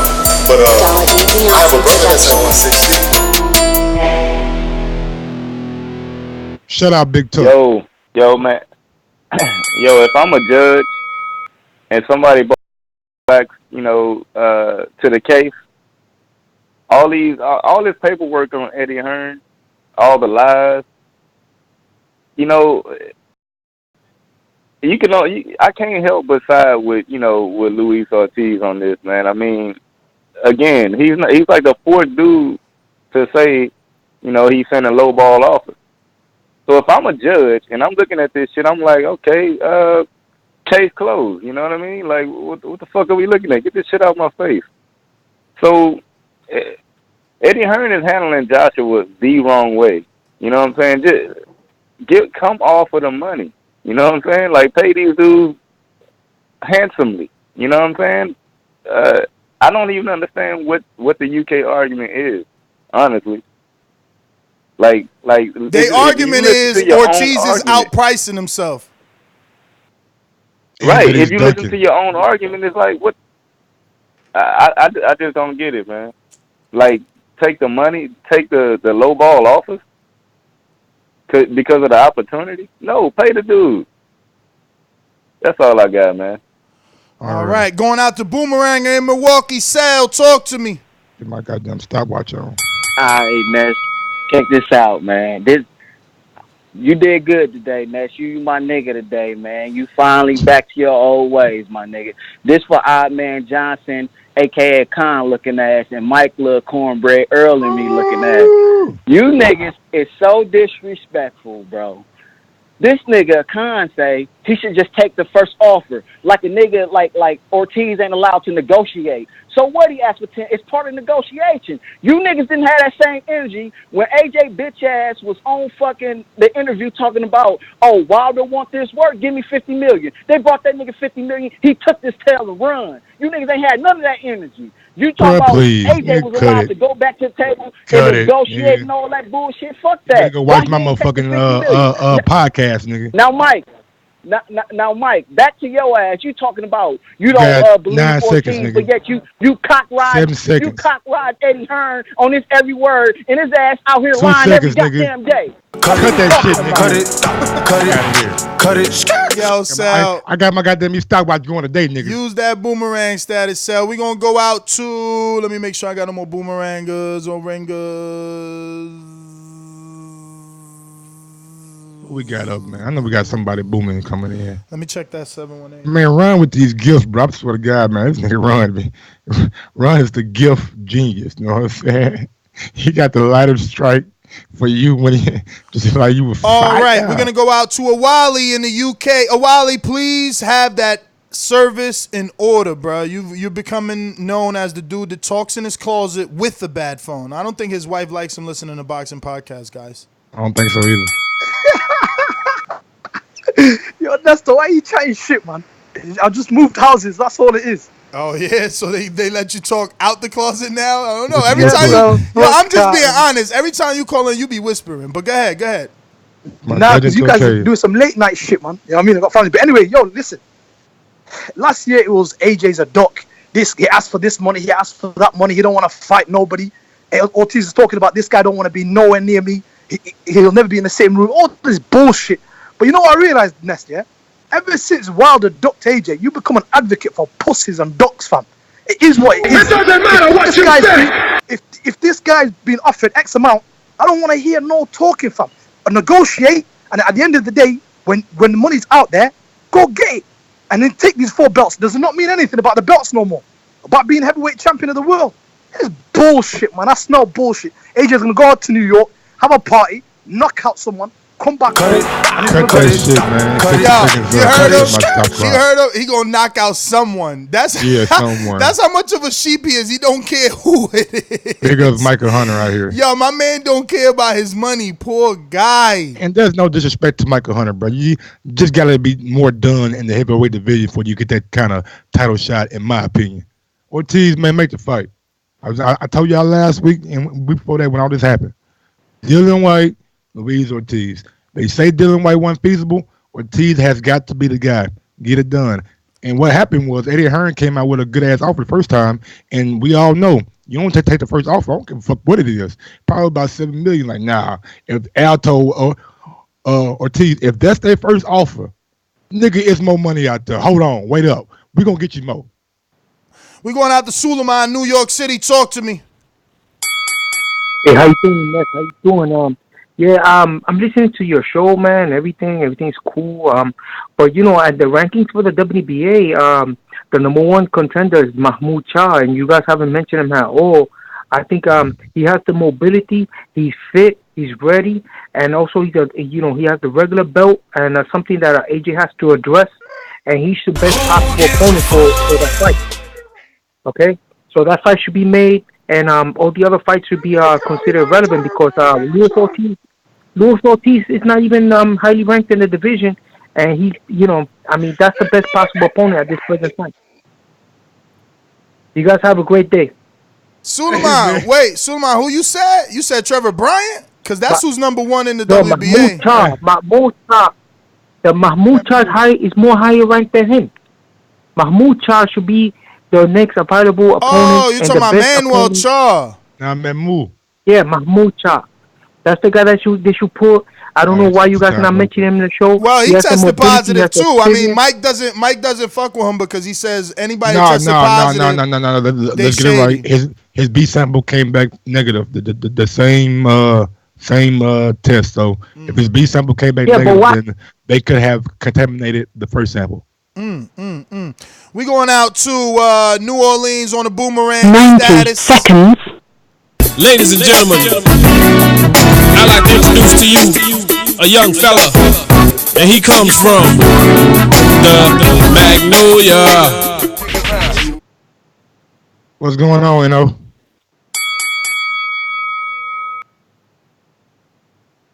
He muted. Damn, that's not Eno. That's somebody else in the New Orleans. Who's this? Shit. First time caller. First time caller, New Orleans. Going once. Talking to you. Going twice. Shout out to the third coast. Nah, it's definitely a first time caller. 832-620. Last chance. Yo. What up? Who's this? What up? Yo, this is Chief Omega calling from H-Town. H-Town, what up, man? Okay. You got a New Hey, what Orleans up, Mike? number. Hey, I fuck with you, bro. Shout out Jay Prince. It is Houston. You're right. It is Houston. Yeah. Hey, that's why I didn't know who you was talking to. My bad. You put on that New Orleans shit, that Manny Fresh. So I didn't know you was hollering at me. Nah, yeah. Hey, what's up, Con? Nah, hey, what's up, Ness? You doing your thing, bro? I fuck with y'all, man. I'm proud of all the work y'all be doing. But nah, Con, you know goddamn well AJ ducking. Nigga, stop playing. How's he ducking when he's doing that fighting?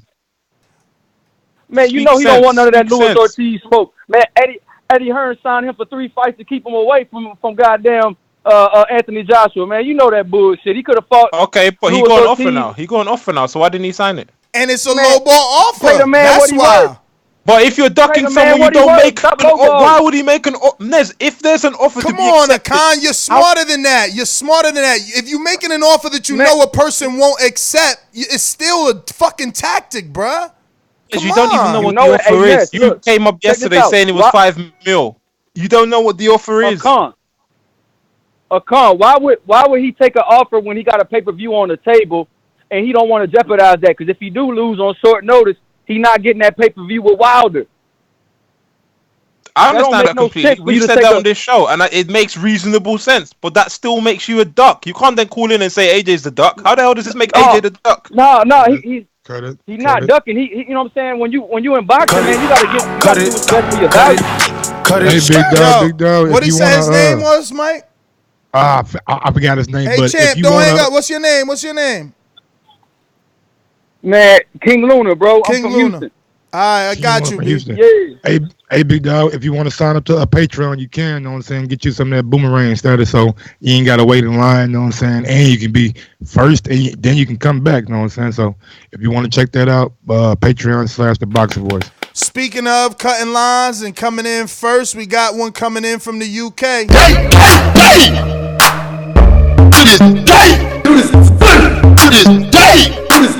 Take it away if you know the words.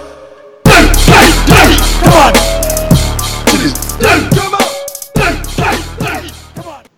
KO'd on Skype. Talk to me. Boomerang status. What up, KO? Just listening. Going once. You're muted. Can you hear me? We hear you now. Can you hear me? We hear you now. Good.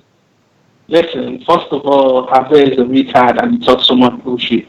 Yeah, that's the first thing. Secondly, man, what's up with y'all UK callers, man? Y'all motherfucking phone service, I don't know. bro. They got bad. Is it hard to get like the internet out service? Yeah, internet. Let me get to where's Cell at? Did he drop off?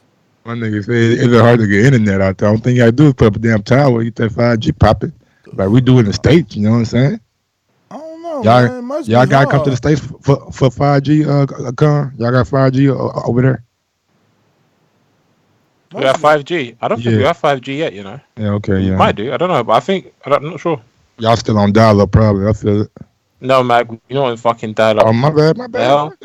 The hell? What you mean dial-up? All right, let me go to Majid on Blog Talk. Talk to me. Hey, man. Hey, all I'm saying is that getting to mention that Ortiz got like a month and some change to rest or to in shape before he can box, so they need to pay him at least $2.5 million more than what he was going to pay Baby Miller for the last minute bullshit, and that's the only reason that AJ really got balls, and these UK dudes stop fronting. It's a duck. A duck is a duck because he lowballing them on the last minute thing, man. He need more, and they know that. Pay that man. That's all I got.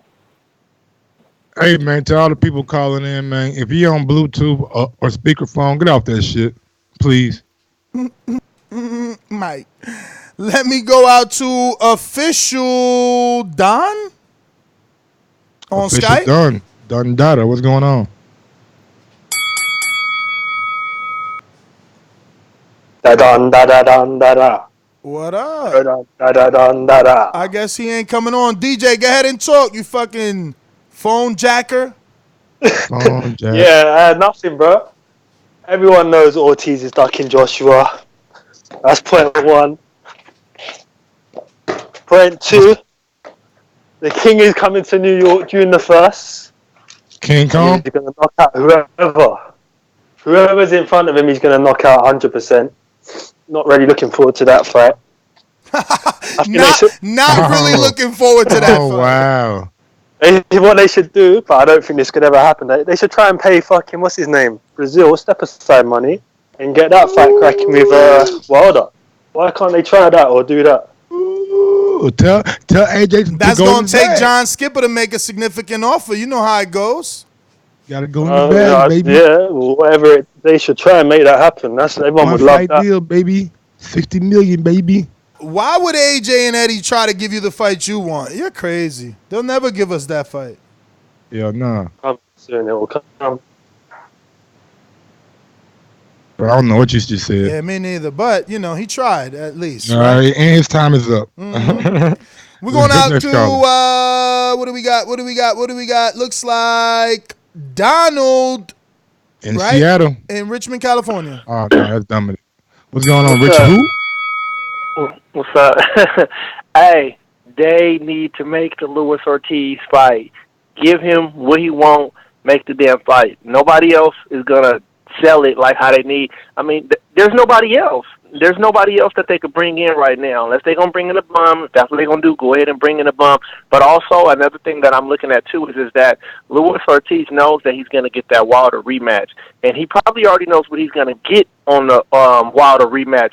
So if they're not giving him more than what he's going to get, he's probably looking at it like, look, you need to give me this, or I'm not taking it, because I already got something lined up already anyway. It's kind of like a job. You got a job offering you $20 an hour, but you got another job that's offering you $25. You like, look, if you want me, give me 26, 27. If not, I can't take it. I got this other one over here for 25. And that might be how Ortiz is looking at it. It might not be really a duck like how everybody is trying to say it is, you know?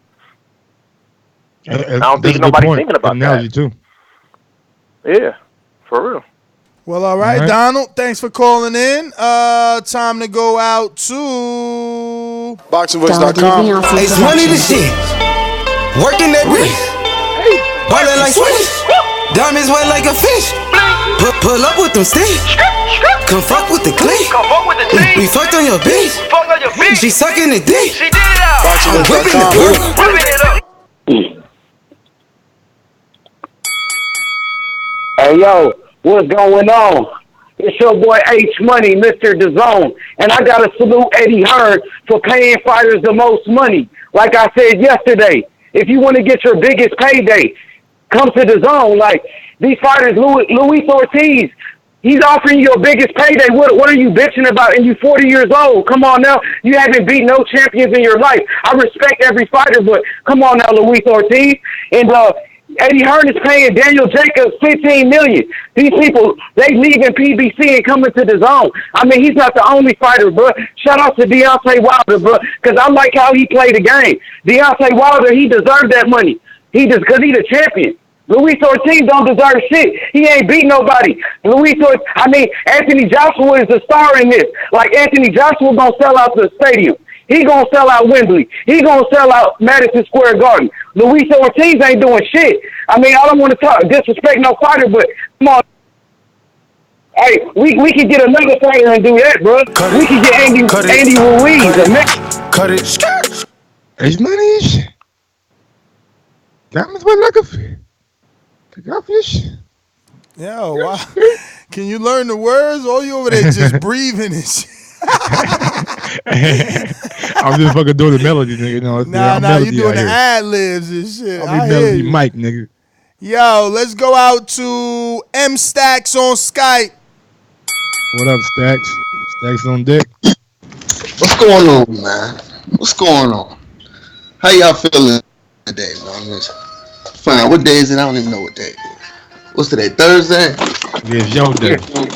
Take it away. God damn, come on, dog. Come on. I wish I had my goddamn booster clip right now. Come on, dog. Nah, that was that dude official Don or whatever. He finally unmuted. But go ahead, M Stack. Sorry about that. Eating up my car. But anyway. I mean, come on, man. How can you be a fan of this dude, man? How can you be a fan of this dude? Who we talking about? You said what? I said, who we talking about? I'm talking about Anthony Joshua. I mean, first of all, we wanted to see Joshua-Ortiz in the first place.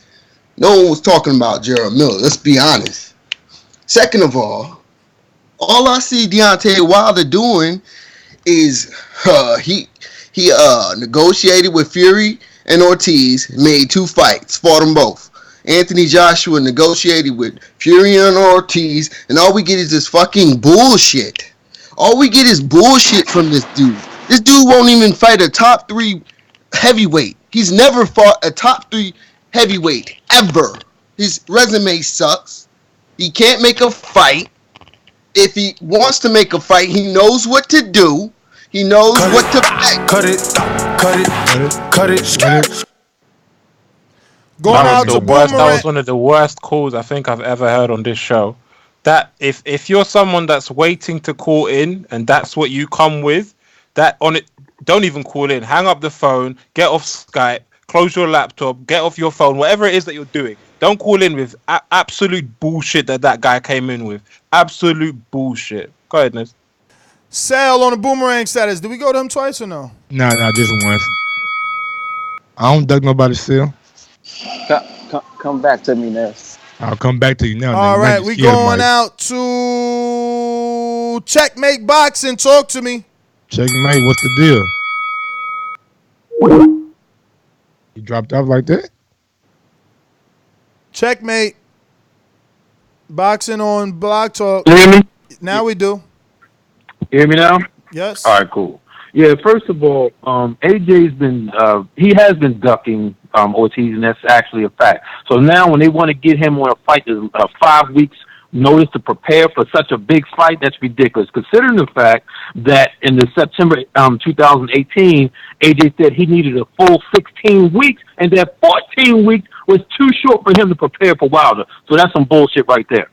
Now, also, when it comes to the pay, I would say, honestly, Ortiz said, hey, just send the contract, just any price he'll sign. That didn't happen. But the fact it was such a short week notice, whatever, he could go ahead and get a premium for that. They shouldn't be trying to dick him around, considering that, yeah, the world considers him top fighter, at least in America.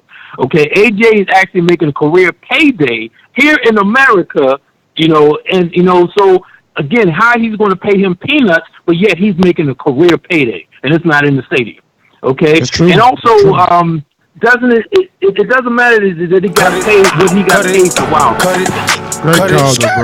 Great call. Listen, the Skype number to call in is Nestor Gibbs on Skype. Nestor Gibbs on Skype. All How you spell that, bro? Just in case. Nestor, last name Gibbs. We're going out to Marcus in DC. What up, Marcus? Yo, what up, man? Hey, yo, check this out. Yo, George Groves sold out Wembley, too. So I guess George Groves and Carl Froch must mean they're the top flight fighters, too, because obviously, from a Khan's analogy, if you sell out Wembley, that means you're the man. But what happened with either one of those dudes who sold out Wembley for the top American? I thought they lost. Yeah, they lost. That's what happened. So selling out Wembley does not mean you're the best fighter. Just means you have support from your location. Popularity doesn't equate to skills, though, bro. Who even said selling out Wembley makes you the best fighter? Like, where do you get this information because from? You said he's selling out Wembley. He's selling out Wembley. He's doing it's all an these numbers. I didn't say it makes you the best fighter, so come with facts. No, you didn't say it makes you the best fighter. You didn't say it makes you the makes you the best fighter. The analogy, listen, you get to talk. You said that. You get to talk. The analogy that you made was that AJ doesn't need people because he sells out Wembley. And my analogy was simply selling out Wembley doesn't mean that when you pit yourself against the right fighter, you won't lose. He can sell out Wembley. We understand that he can get any schmuck he wants and fight in Wembley and sell out 80,000. But we as American fans know that when he matches himself against a suitable opponent for what he claims to be, he's going to lose. That's my argument. Your argument is 80,000. You don't have an argument. You don't have an argument. You started this call by trying to say, I said selling out Wembley makes you the best. We used Carl Froch versus Groves as an example of two Englishmen that have accomplished something like selling out Wembley. No one ever said they're the best. No one said they're the best in the division. No one. Absolutely no one has said that. So again, if you guys are going to call in, at least come in with some form of facts. Come in with something that has substance to it, because all the calls so far, apart from the ones obviously from the UK, have been shameless. Yeah, I don't agree with you because all you're doing is repeating his analogy. Like that's what he's telling you, and just allow me to speak so you can get it right. He's saying when you say, "Yo, AJ doesn't need anyone. He's gonna sell out regardless. He's selling out in Wembley." He's just telling you. That's cool, Akan, but selling out doesn't make you the best because Carl Froch sold out and lost. George Groves sold out and lost. His analogy was, you said it, Nez, again. Let me, maybe if you hear from America, he'll understand it. He said Carl Froch and Groves sold out Wembley, then Carl Froch fought Andre Ward and lost. And that was a bad point because you're selling out and you're popular doesn't equate to skills. Our whole argument yesterday was that Ortiz and Dillian White could not sell out Wembley because they wasn't as popular, but Dillian White and Deontay Wilder could because Deontay Wilder has that cachet in the Englishman norm because of the whole bittersweet thing that's going on with 100% Joshua and Eddie Hearn. I agree, but my whole point, Nez, the reason why I went against that caller was because the first statement he said is, I said that selling out Wembley makes you the best. I never said selling out Wembley makes you the best. I've never made that statement at all because it's not true. Selling out Wembley doesn't make you the best in your division. I've never said that Carl Froch or Groves were the best because they sold out Wembley. So that's why I went against it, because that's not true. Again, it's a false statement. Okay, let me get to KO Boomerang. Can you guys hear me now? We do. All right. So what I was trying to say the other time is, you saying that you prefer Ness. You saying you prefer Luis Ortiz over Eddie because Luis is a fighter and Eddie is a promoter. It's just bullshit. Because first and foremost, Luis Ortiz never actually came out. It was his manager that came out and put up a statement. So we're talking about a boxing promoter versus another boxing manager. And who do we believe here? And I once called on your show and I said to you that J.G. Menez is a liar. I mean, how do we know this guy is a compulsive liar? He said he never got a contract. Why would you get a contract in the first place? You only get a contract when you accept an offer. And, and Akan was saying this, but I think Akan didn't really fully realize this the other day. This guy just, he just says lies. But again, the sheep, like-minded people in the States, they're going to believe that. They're not going to think for themselves and see what's going on here. Someone is so easy to say, cut it. And that's the beauty. If they just give us the fight, then it doesn't matter who's lying. We're just going to be on both sides of the street. You on the other side, me on the opposite, and we're going to be rooting for our guys. But I didn't see any one of you motherfuckers contest when M. Stacks, who Akan said needs to come with facts and none of the calls have been good. I didn't hear Akan rebut him when he said AJ's never fought a top 3 heavyweight. I mean, I don't know if that statement is true. I didn't hear you rebut him. I did rebut him. I didn't say that the statement wasn't true. All right, I did rebut him. So who's the top 3 heavyweight that he fought? I'm saying no, because you have to remember, Nez, are we not talking about rankings? The rankings change all the time. So top 3 in terms of what? Top 3 in terms of you. Like right now, we consider AJ Wilder. Is Dylan White a top 3 heavyweight? Not at the time that AJ fought him, wasn't he? Are you gonna now lie? I'm saying, no. I'm saying. I just asked you. No, hold on. I'm not saying he is. I'm asking you. Nez. No, right now, Dillian White absolutely. Listen, no. Hear me out. Right now, Dillian White absolutely is a top 4, top 5. But when AJ fought him, hell no. He was like 14-0. Mike, it could be argued at the time that AJ fought Vladimir, he was a top 3-ish for his heavyweight. Got to remember, at that time, Fury was still out and active. Wilder was champion. AJ was champion. And I believe that's all. The WBA was vacant. And Dylan White was still on the comeback trail. Ortiz had biggest win, was still Brian Jennings, somebody Vladimir knocked out. So at that point in time, it could be argued that Vladimir was a 3-4-ish type top heavyweight. Impossible. Impossible. Let me teach you something, rookie. Teach me. After 12 months of inactivity, you're out of the rankings. It's not his fault that he was inactive, though. What? He went 18 months. Because of a motherfucker fucking him around. Bruh, that ain't our problem. That's just the rules. It's not his either. That's just the rules.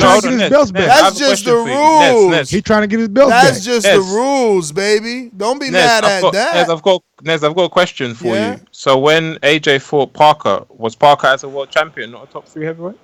That's true too. That's arguable. Like, that ain't arguable, nigga. Well. When did he fight him? What year was that? Because we need to find out if Fury was out. If Fury was out. Let me talk. Because y'all want to quickly jump on me and not even hearing what I'm saying. I'm trying to say, if Fury was fucking out, then yes, that's arguable. Yes. But if Fury wasn't out, then maybe not. You know what I'm saying? Like, damn. Let me fucking speak.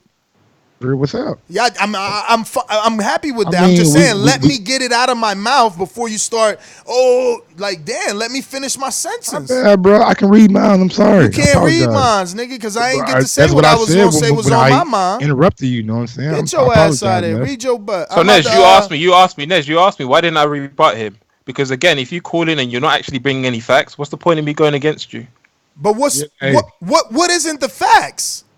What is he said AJ had never fought a top 3 heavyweight, but AJ's actually fought 2 champions in top. I'm gonna look this up. I'm gonna look up what year he fought Joseph Parker, because 2018. It must have been April 2018 or February, April, March time 2018. I believe and Fury didn't come back to August of 2018. That was his first fight. Fury was not active when Joseph Parker was still a champion. He wasn't active. Still losing weight.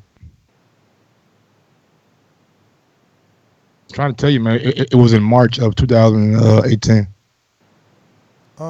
Says here March or April. Anthony Joshua was March 31st. I'm a bad motherfucker, boy. I'm a bad man. It's difficult without the rankings from back then. My nigga had a belt. Come on, bro. Nigga had a belt, man. God, you're world champion. Allow me to finish my fucking sentence, champ. Bro, you so hostile, nigga. You the one hostile. Nah, I say half a word. I say half a word and you cut me off. Let me finish my sentence. Damn, bro. Whatever, man. Whatever, nigga. Whatever. Oliver, talk to me in Bermuda from Cincinnati. This motherfucker ain't gonna let you talk. I'm telling you, these dudes is on pins and needles. Right. Yeah, you are. Hey, what's happening? Real quick, we already know the deal. We could just look at how Eddie Hearn managed Kell Brook. Who did Kell Brook fight in between Sean Porter and Errol Spence? That was a big name that people wanted to fight. No fucking body. I mean, this is how they function. And so it's really silly for us to expect that they're going to try to give us the big fights that we want to see. He was supposed to fight Luis Ortiz for quite some time. And so I'm not surprised. But to be fair, I wouldn't take the fight either on such a short notice to fight a southpaw of that skill. That's all they really got to say, and that would be respectable. But to lowball them and you claim that you're the A side, if you're the A side, this shouldn't be an issue of money, and it's really that simple. So smash the like button. Talk with you guys later. And Akon, I'm giving you a virtual hug. You sound a little butthurt with all the rest of these calls. Hey, bring Javier back on. Let me get to RD Empire. Or RDR Empire. Yo, can you hear me? We do. Hello. We hear you, can you hear me? Yes, we hear you. Yeah. What's going on? First time caller, calling out of London, RDR Empire. Listening to your show for a long time. London, still, East London, North London. I just want to say basically, like people get onto AJ about this whole Miller situation and then who's he gonna fight next. And the 5 million that was offered was a good offer, yeah. But if they're gonna wait around and then hopefully accept another offer, then it's all good. But if he doesn't accept another offer, then wouldn't you class it as a duck? I mean, if there's an improved offer and he still doesn't think that it's good, I got to see what the offer was, man. We got to know. I mean, again, we don't even know what's the rematch. Does that not matter to you guys if AJ's still saying, yeah, take this 5 million, but if I lose, it's 50-50 on the rematch, even though I lost? Like, dog, people might not want to fuck with that. People want to win the belts and do what they got to do. People want to win the belts and say, now I'm the A side. They don't want to win the belts and say, yo, I'm still the B side in the next fight. Like, you own me for 2 fights? Come on, champ. Robert Bonilla on Skype. We can go back and forth on that one. Yo, what's up, guys? What up? Not much, man. I just want to ring in here, man. I've been a boxing guy for since I was 6 years old. And when you try to control shit like the way AJ's trying to control shit, it looks like a duck when you're trying to pay his replacement, who is a top guy, less than a guy who hasn't accomplished as much as him in Big Baby Miller. So, yeah, I think AJ's always had that narrative, and he's always been that guy that wants to control and make more money. People got to remember it's a business first, but the people that pay the bills is the fans. So he's got to give us what we want. That's my call, brother. Robert, thanks for calling in. Brandon, Cincinnati. Oh my God, man! What the fuck I do to all these fucking fanboys? Brandon, I'm sorry. Javier Boomerang, I apologize, Brandon. I'll be right back to you. Let me go ahead and get this shit out of the way. We talking about motherfucking Joseph Parker was the top 3 heavyweight. That nigga was no motherfucking top 3 heavyweight ever in his life, my nigga. Who the fuck he beat to get the belt, Mike? Since you want to tell me about he was a champ. Well, Ron's showing you that he was a top 3 in 2017. I don't give a fuck about what they talking about. I said who he beat to get the championship. Who he beat? Andy Ruiz. Who the fuck is Andy Ruiz? And when has he ever been ranked in the top anything? Top 5, top 10? You got a title shot, man. You got a. It was a vacant title shot. Before you go off, you can't blame Joseph Parker because Tyler Fury didn't live up to his obligations. Those belts got vacated. Andy Ruiz, Joseph Parker fought for that belt. Both times that bum ass nigga stepped up, he lost, right? Joseph Parker, he stepped up, he fought Dylan White, he lost. He stepped up, he fought AJ, he lost. So guess what? He's not no top 3 heavyweight. Fuck that nigga. He ain't no top 3 heavyweight. Don't ever call him one. That's your opinion, Javier. Cut it. Brandon in Cincinnati. Hey, man. It's getting hard to listen to some of these niggas, man. It's getting hard to listen to some of these niggas, man. Some of these niggas is U.S. sheep. It's getting weird now to this point. These niggas justify getting $500K from Al Heyman because $5 million the fucking low ball offer. Brandon,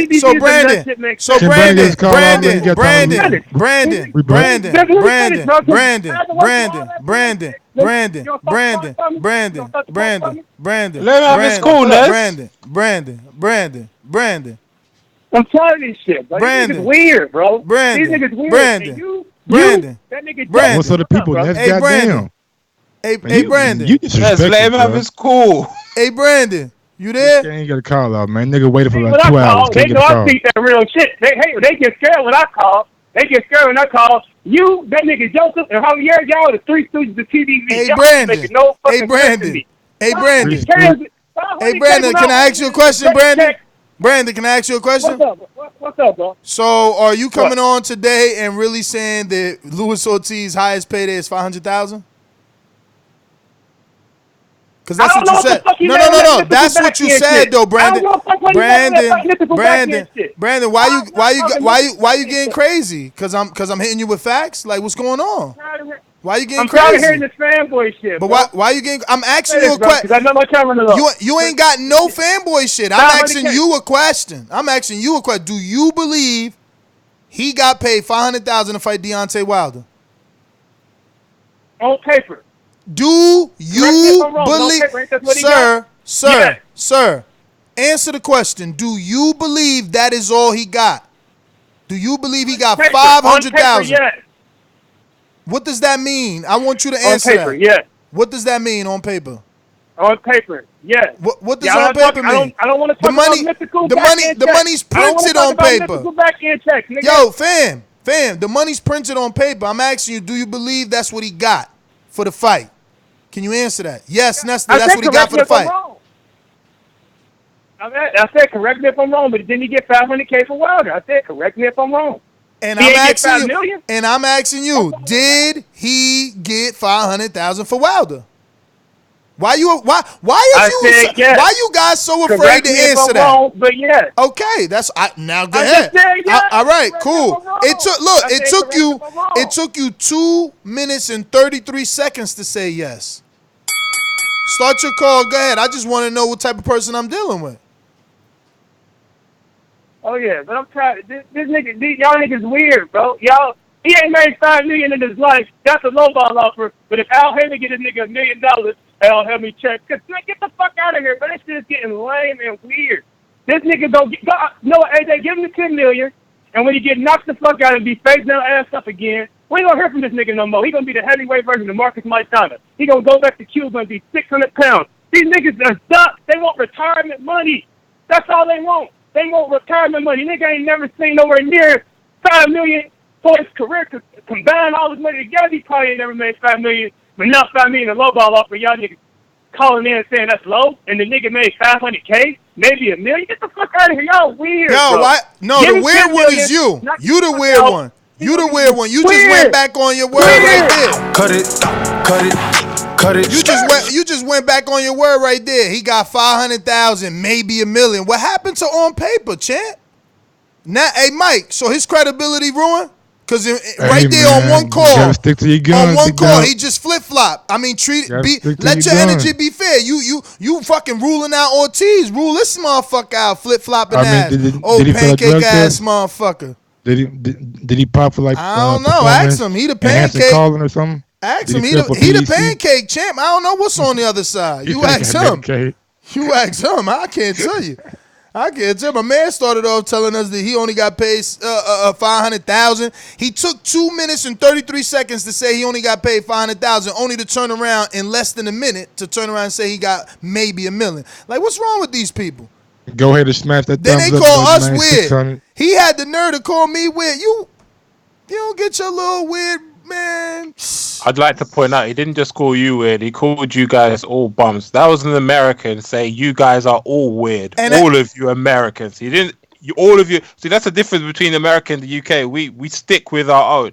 We stick with our own. We don't call in to say, we're all weird. We're all bums. We don't know the facts. We know we stick with our own. That was an American caller calling in and saying you are all weird. Akan, you just answered what I've been saying. You guys are sheep. That American isn't a sheep. You see that? He has his own opinion. You're saying, oh, look, us UK guys, we stick together. We don't call each other bums. Of course, because this American feels that we as Americans are lying, that we should expose Luis Ortiz as a duck. So he's going against the grain, what you dare not to do. If it's a UK fighter, you jump off the cliff for him. That's the difference. Yes, it is. You jumping off cliffs with people from the UK. He's going with what he's seen reported. He's going with what he's seen reported. You won't go against that. You won't go against it. You won't call Luis Ortiz a duck. Even if Luis Ortiz said, I don't want any of that smoke, you would refuse to call Luis Ortiz a duck, Nez. When I see all the facts. To do that doesn't make us sheep. That makes you a sheep. When I see all the facts, I gotta see all the facts. I gotta see all the facts. I don't make rash decisions.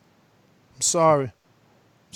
First time caller 609-783. 609-783. Yo, what's good? This is Fahim. Hey, Fahim, what up? Yo, what's good? Yo, Akan, you full of shit, but I want to give you your props when that funny dude was trying to go win on you. You did what a real man was supposed to do. You shut the fuck up, let a fool be a fool. So I got to salute you on that. Now, on this Luis Ortiz thing, man, y'all forgetting the fact that Luis Ortiz already did business with Eddie Hearn, and that was bad business.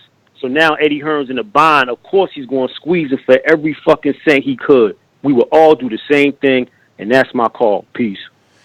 All right, going out to Skype on Boomerang. Nigga, when my name come up, respect it. Damn, son, where'd you find this? Hey, yo, Skepta, on to them boy. Oh, yeah, talk the boy, go suck out your mama bumbo. Nigga with my name come up respected. Deej. I'll treat y'all. Yeah, sorry about that. This thing is tripping. Yeah, can you hear us? I can hear the wind, the motherfucking, the trees, the water too. Oh man, yeah. All right, okay, yeah. So all that stuff about Americans sticking together, UK people sticking together, crap. Nah, man, I'm gonna throw that all out the window. Still, families stick together. Let me big up my man H Money. Now let's get on to my point here.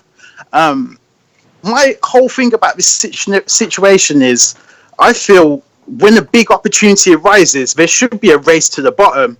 So let me paint a scenario. If Jacobs was to pull out the Canelo fight and Triple G was already in a fight, couldn't make the fight, let's say you could pluck out a couple of middleweights who could take Jacobs' place. Let's say Billy J. Joe Saunders or Lemieux or somebody.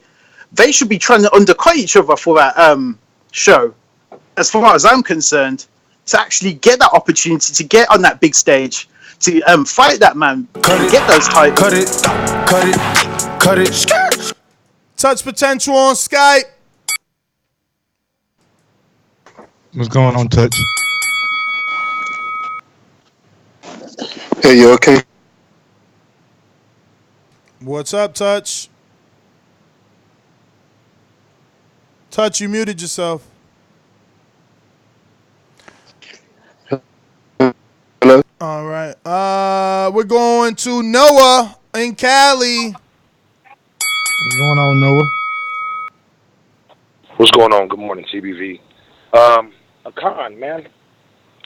Normally I actually like Akan. You gotta forgive me, my voice is going out. I'm yelling at these niggas at work. But I actually like Akan, but like, bro, like, it's certain things that kind of annoy me about you that you fail to, because you pretend to be non-biased, like, and act like you're being straight. But if it was you, brother, and I'm just being honest, right, and you signed with somebody with the hopes of getting something, and they dicked you around once, and this is your life, this is your career, you make it seem like Eddie Hearn's trustworthy. You and I know he's a promoter. No promoter's to be trusted. We know that. Eddie Hearn already screwed him over, and now he's coming to him. No, he wants every penny, just like the other caller said, and that's like common sense. That's respectable.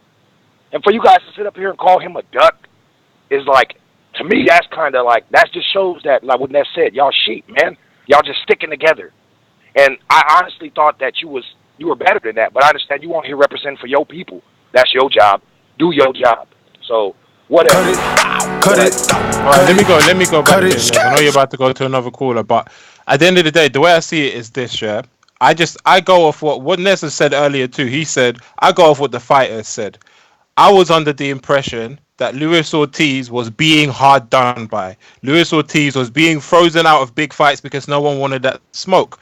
I then went back and forth with Elms, who's in the production chat, about how he was offered $2 million, and I said, nah, there's no way Luis Ortiz rejects $2 million to fight the headline at the O2 and to fight Dillian White. There's no way. He's the boogeyman of the division. I was backing Luis Ortiz, but if you have Dillian White coming out and saying, oh, he's rejected millions to face me, and you have Eddie Hearn coming out and saying, well, he's rejected millions to face me, and I'm not saying for any reason whatsoever you have to believe Eddie Hearn, because Eddie Hearn is like a salesman. He can sell you your own land to you. Like, he's that good of selling. He's not trustworthy, in my opinion, but at the same time, you can't have two people screaming, I'm willing to give you your career high payday, allegedly. We don't know what Al Heyman gave him on the back end, and then reject this, in my opinion, because in my opinion, you were the boogeyman of the division. I felt sorry for you. I believe that you had Wilder, you should have been given, Wilder should have been taken out when you took him in the 7th round. But in my opinion, you can't reject that kind of money and then be known as, the boogeyman of the division. I have to call it what it is. In my opinion, I believe that's a lot of money and he should have taken the fight. Akan, who do you want to see replace Jarrell Miller? Who is your top choice in order? Mine? I only have one choice, which I said from the beginning. Ortiz, 100%.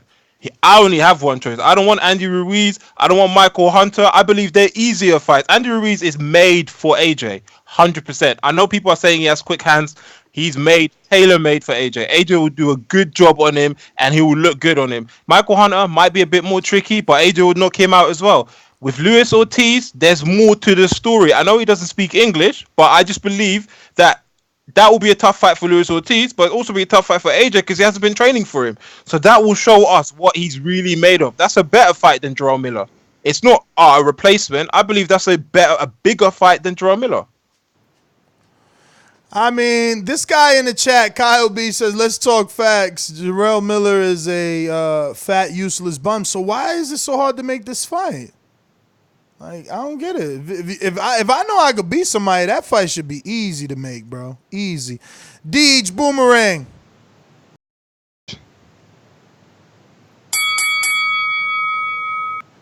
Deej, unmute yourself. Deej, unmute yourself. Deej. Going once. DJ want twice. Vito in Malaysia. Vito finna come for your Yeah. head. First of all, everyone in the comment section, if you think that, hello? Yeah, man, it's all you. Yeah, everyone in the comment section, if you think that Ness is pretty dumb, just keep typing Brandon. Now, let me go about it this way. Everyone seemed to forget. Can you spell that Miller, for us? Because we didn't understand it.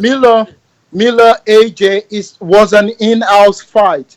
You know, people seem to forget that. And now, let's assume that Ortiz's highest payday was $1 million, which we both know that it wasn't. Let's assume so. Now you're fighting for the title. Why are we assuming it's $1 million? Five times. Why are we assuming it's $1 million? Where are you getting this from? Khan, why don't you interrupt them like you do the American callers and say that they need to come with facts? Because you're already interrupting him. All right, I just want you to be. I want your energy to be even. Let me finish. Let your energy to be even. Let's assume that it's $1 million and you're getting 5 times that. Cut it. Yes, tell me why am I not interrupting him when you're already interrupting him? Well, only one of us can interrupt him. Because I want your energy to be the same. You interrupt American callers and say they're not coming with facts. Tell this motherfucker. I would happily have interrupted him if you didn't interrupt. Now he talking about, he got $1 million. This is what I'm telling you. You got Brandon saying 500 right before he enters $1 million. Now this guy saying $1 million. Where these numbers coming from? Because I never heard $1 million. Where these numbers coming from? Y'all just make shit up. Get out of here. T Plums, talk to me. Well, fellas, I just came to the conclusion today by looking at the Skype chat and even the YouTube chat and whatnot that it's always going to be a dispute between U.S. and UK. We never going to agree. Like, it's never going to happen because these dudes go ridiculous to the fact saying Wilder doesn't work, and I don't know how that came up, but that's ridiculous and all this other crap. I just think that we ain't never going to come to no agreement, but it is what it is. That's it. For sure. Good call, man. Good call. That's how I feel, man. We ain't never going to get to an agreement until we get that fight, man. Give us that fight, man. Deej, you ready or you at work busy? No, I'm here. Go for it. I'm here. Can you hear us? Yeah, what's it called? Telling the truth, though, I think if you've been planning to fight Big Baby, secretly and privately, I think Hearn probably wants Ruiz. If you kind of look at the stature of the guys and everything still. But I think the flip side is, when it comes to King Kong, that's just what the hardcore boxing fans want. That's what you and me want. I think Hearn's got in the back of his head that King Kong couldn't really fight anybody and sell out Madison Square. So, but probably is that AJ true? Hearn. Is that true? Because I know for a fact 20,000 people will be there to see Wilder Ortiz too in Brooklyn. What you talking about? All right, okay. But can you do that as the A side? Can he do it as the A side, depending on the fighter? Can he do that? Can the A side? Could depending Ortiz on the be the A side and then bring somebody over and sell out Madison Square Garden? Depends on realistically. The so this is let's make that fight. Who could be the B side and sell out Madison Square Garden for Luis Ortiz? Damn. This is what I'm saying. That's difficult. So let me check the rankings. Another way Let me check the rankings, yo. Yo, your time's up. Time's up, champ. Time's up. He talking too much for too sometimes, long. man, He got you, Nez. Sometimes, man, Nah, you gotta let I'm him about to talk, find bro. it. I'm about to find it. I'm about to Yeah, find you an ain't gonna answer find to nobody. that. I mean, damn. I got it. I got it. Kornacki. I got it. Kornacki. Fuck Kornacki. Tyson 15,000, Fury. 15,000. Tyson Fury in Barclays Center. Tyson is from the As the UK. A-side, Let me though, as the finish. A-side. Let me finish. No, but he said as the A side. Let me finish. Let me finish. The fuck? Motherfuckers, man. Anyway, listen. How do you become an A-side? Because wasn't AJ the A-side? And didn't he have all the belts, but Wilder made him the biggest offer, right? And then the table switched, right? And then for AJ to get leverage again, they made him an even bigger offer than the $50 million, right? So that's how you become the A-side. If Lewis sends the offer to Tyson, for Tyson to accept, in Barclay, in New York, with Tyson being a UK dude that traveling from the UK to New York is simple. Lewis being Cuban Latino in New York City, we got such a big Cuban and Puerto Rican and Dominican Latino demographic. Yeah, I can see it happening. Definitely. Tyson Fury. Tyson Fury. Nez, that's where you're wrong, though, Nez. Oh, y'all ain't gonna let me finish. All right, Nez, that's where I'm not even gonna let you finish with that. No. You're not gonna let you finish with that bullshit. No, Listen to this. Listen to this as well. What? You're trying to tell me that non-English speaking Luis Ortiz, right, who got knocked the fuck out by Deontay Wilder, is going to be the A side and make a sizable offer to Tyson Fury, who just signed a multi-year deal with ESPN and arguably to many fans beat Wilder already. Many fans believe he beat Wilder. He didn't lose to Wilder, but he's now going to become the B side to the non-English speaking Luis Ortiz. I mean, B-side financially speaking, because they're gonna put together the package for them to fight. Who is that? Who is that? Showtime putting the money up. Yo, why you laughing, Mike? What the fuck is wrong with y'all? So Al Heyman got him in the cut to do a pay-per-view.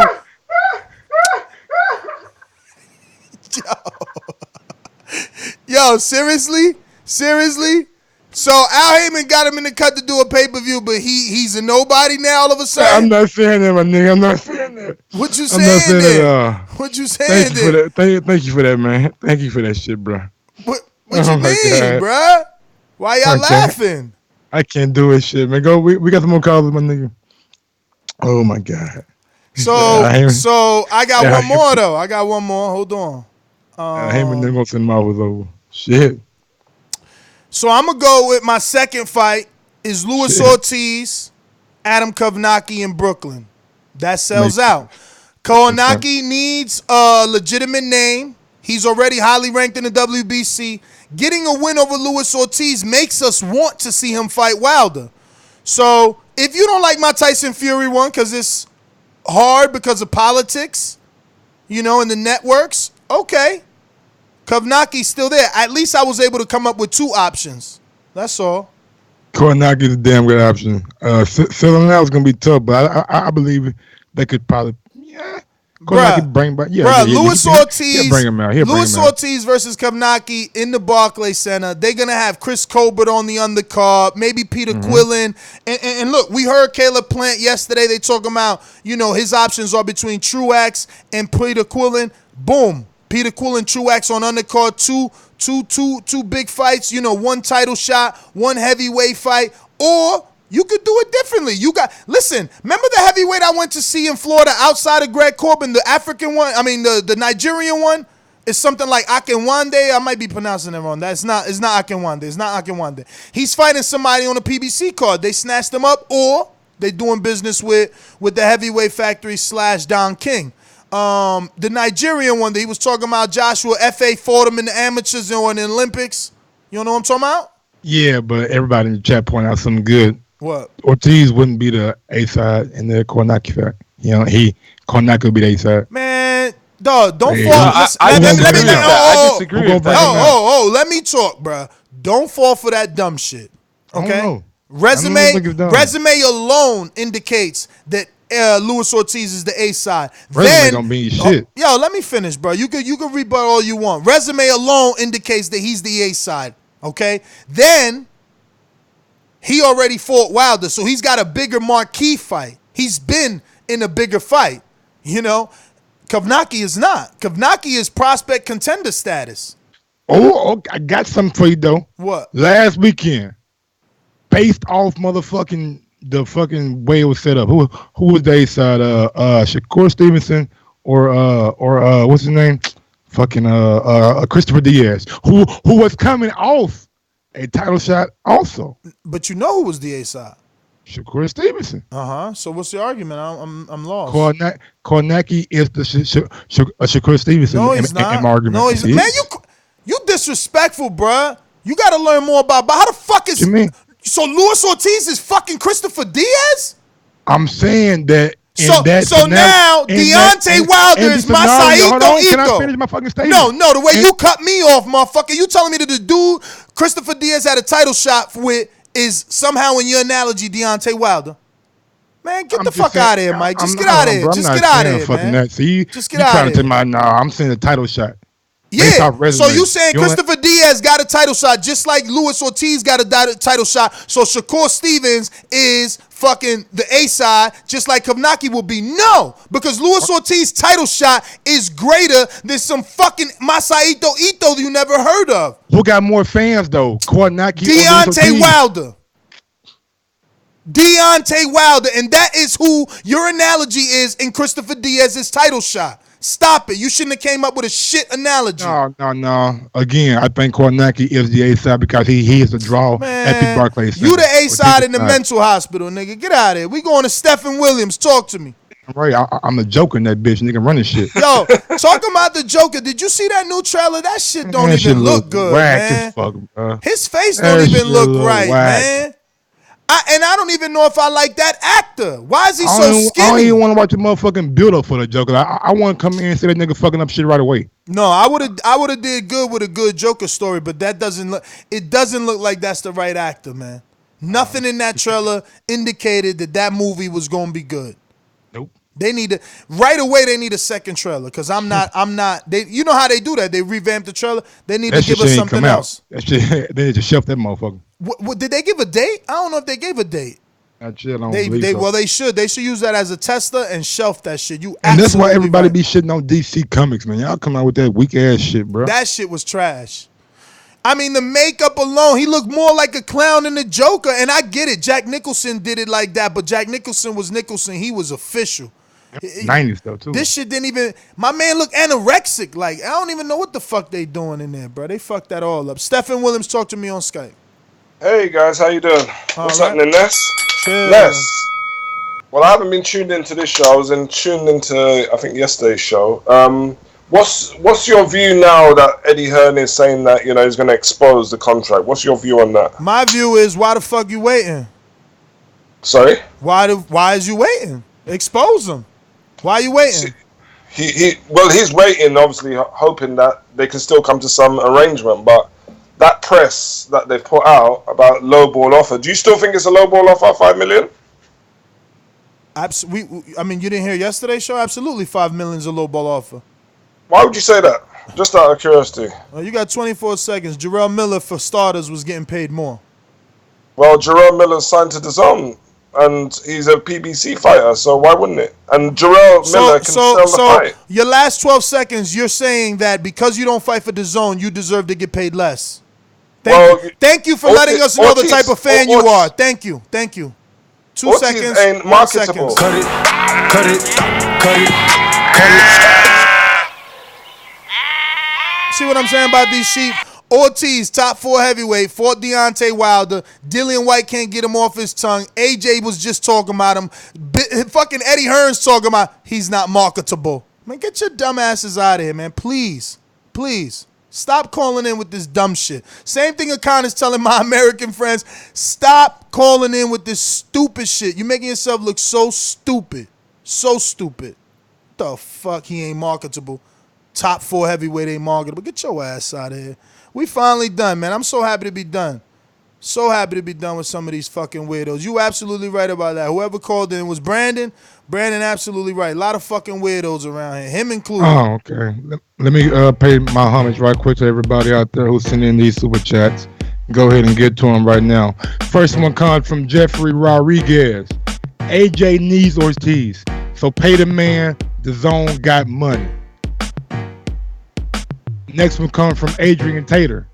Akan, please talk more today. Please talk more today. Like hearing your views. The people like you, Akan, man. Another one from Adrian Taylor. Ness, keep catching L's. Mike, stand by your words. Absolutely, homie. Issues on the financial side of a fighter. So let's say, for instance, that 50 million we spoke about. Listen, it's a hell of a lot of money, and it was an honor to even have that number thrown at me. But then when hell of a lot of fake money, right? I thought it was fake. How you feeling honored? I'm just saying, man. No inconsistencies in these people, but this is who you choose to believe. T Plums 101 says apparently AJ told Eddie to renegotiate with Ortiz. Get that money, Ortiz. Another one from Daryl Lee. Don't forget, AJ ducked Ortiz as his mandatory for years. Don't forget that. Hashtag call a spade a spade. They ain't never going to admit to that. We got one from Vina 619 Villa.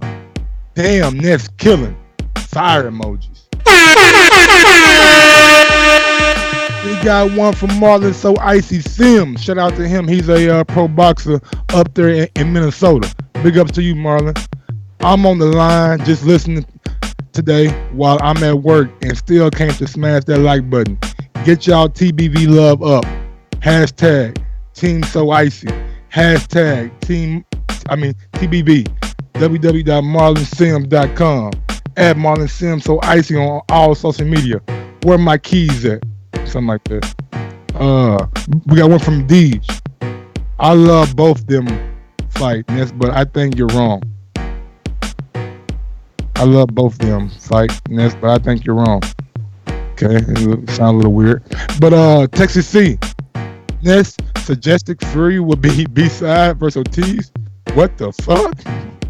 Yeah, man, it was crazy. Rush had it down. If you sent an offer, wasn't AJ gonna be the B-side in the $50 million offer?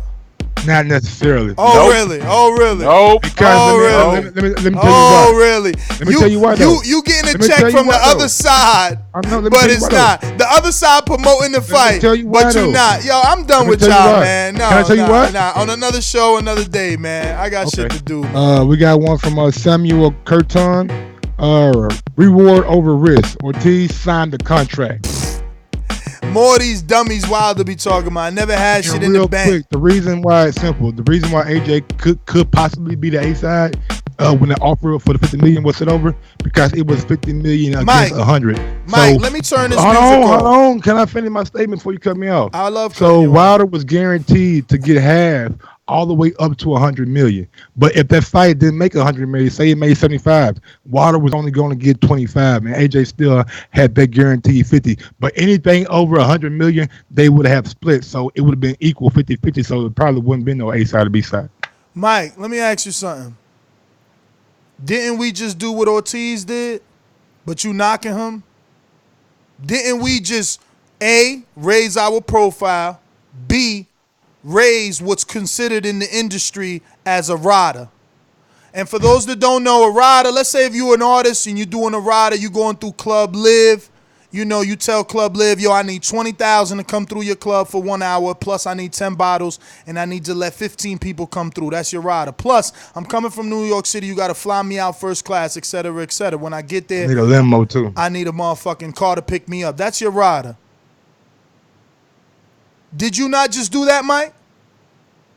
But you knocking Luis Ortiz, right? Where you gonna be this weekend? Oh, excuse me, next weekend. Where you gonna be at?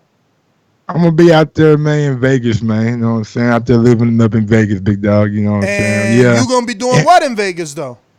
Shit, doing what we do here. You know what I'm saying? So you're gonna be performing. Build a brand. So you're gonna be performing in Vegas, something that you already done, and this time you getting paid more, huh?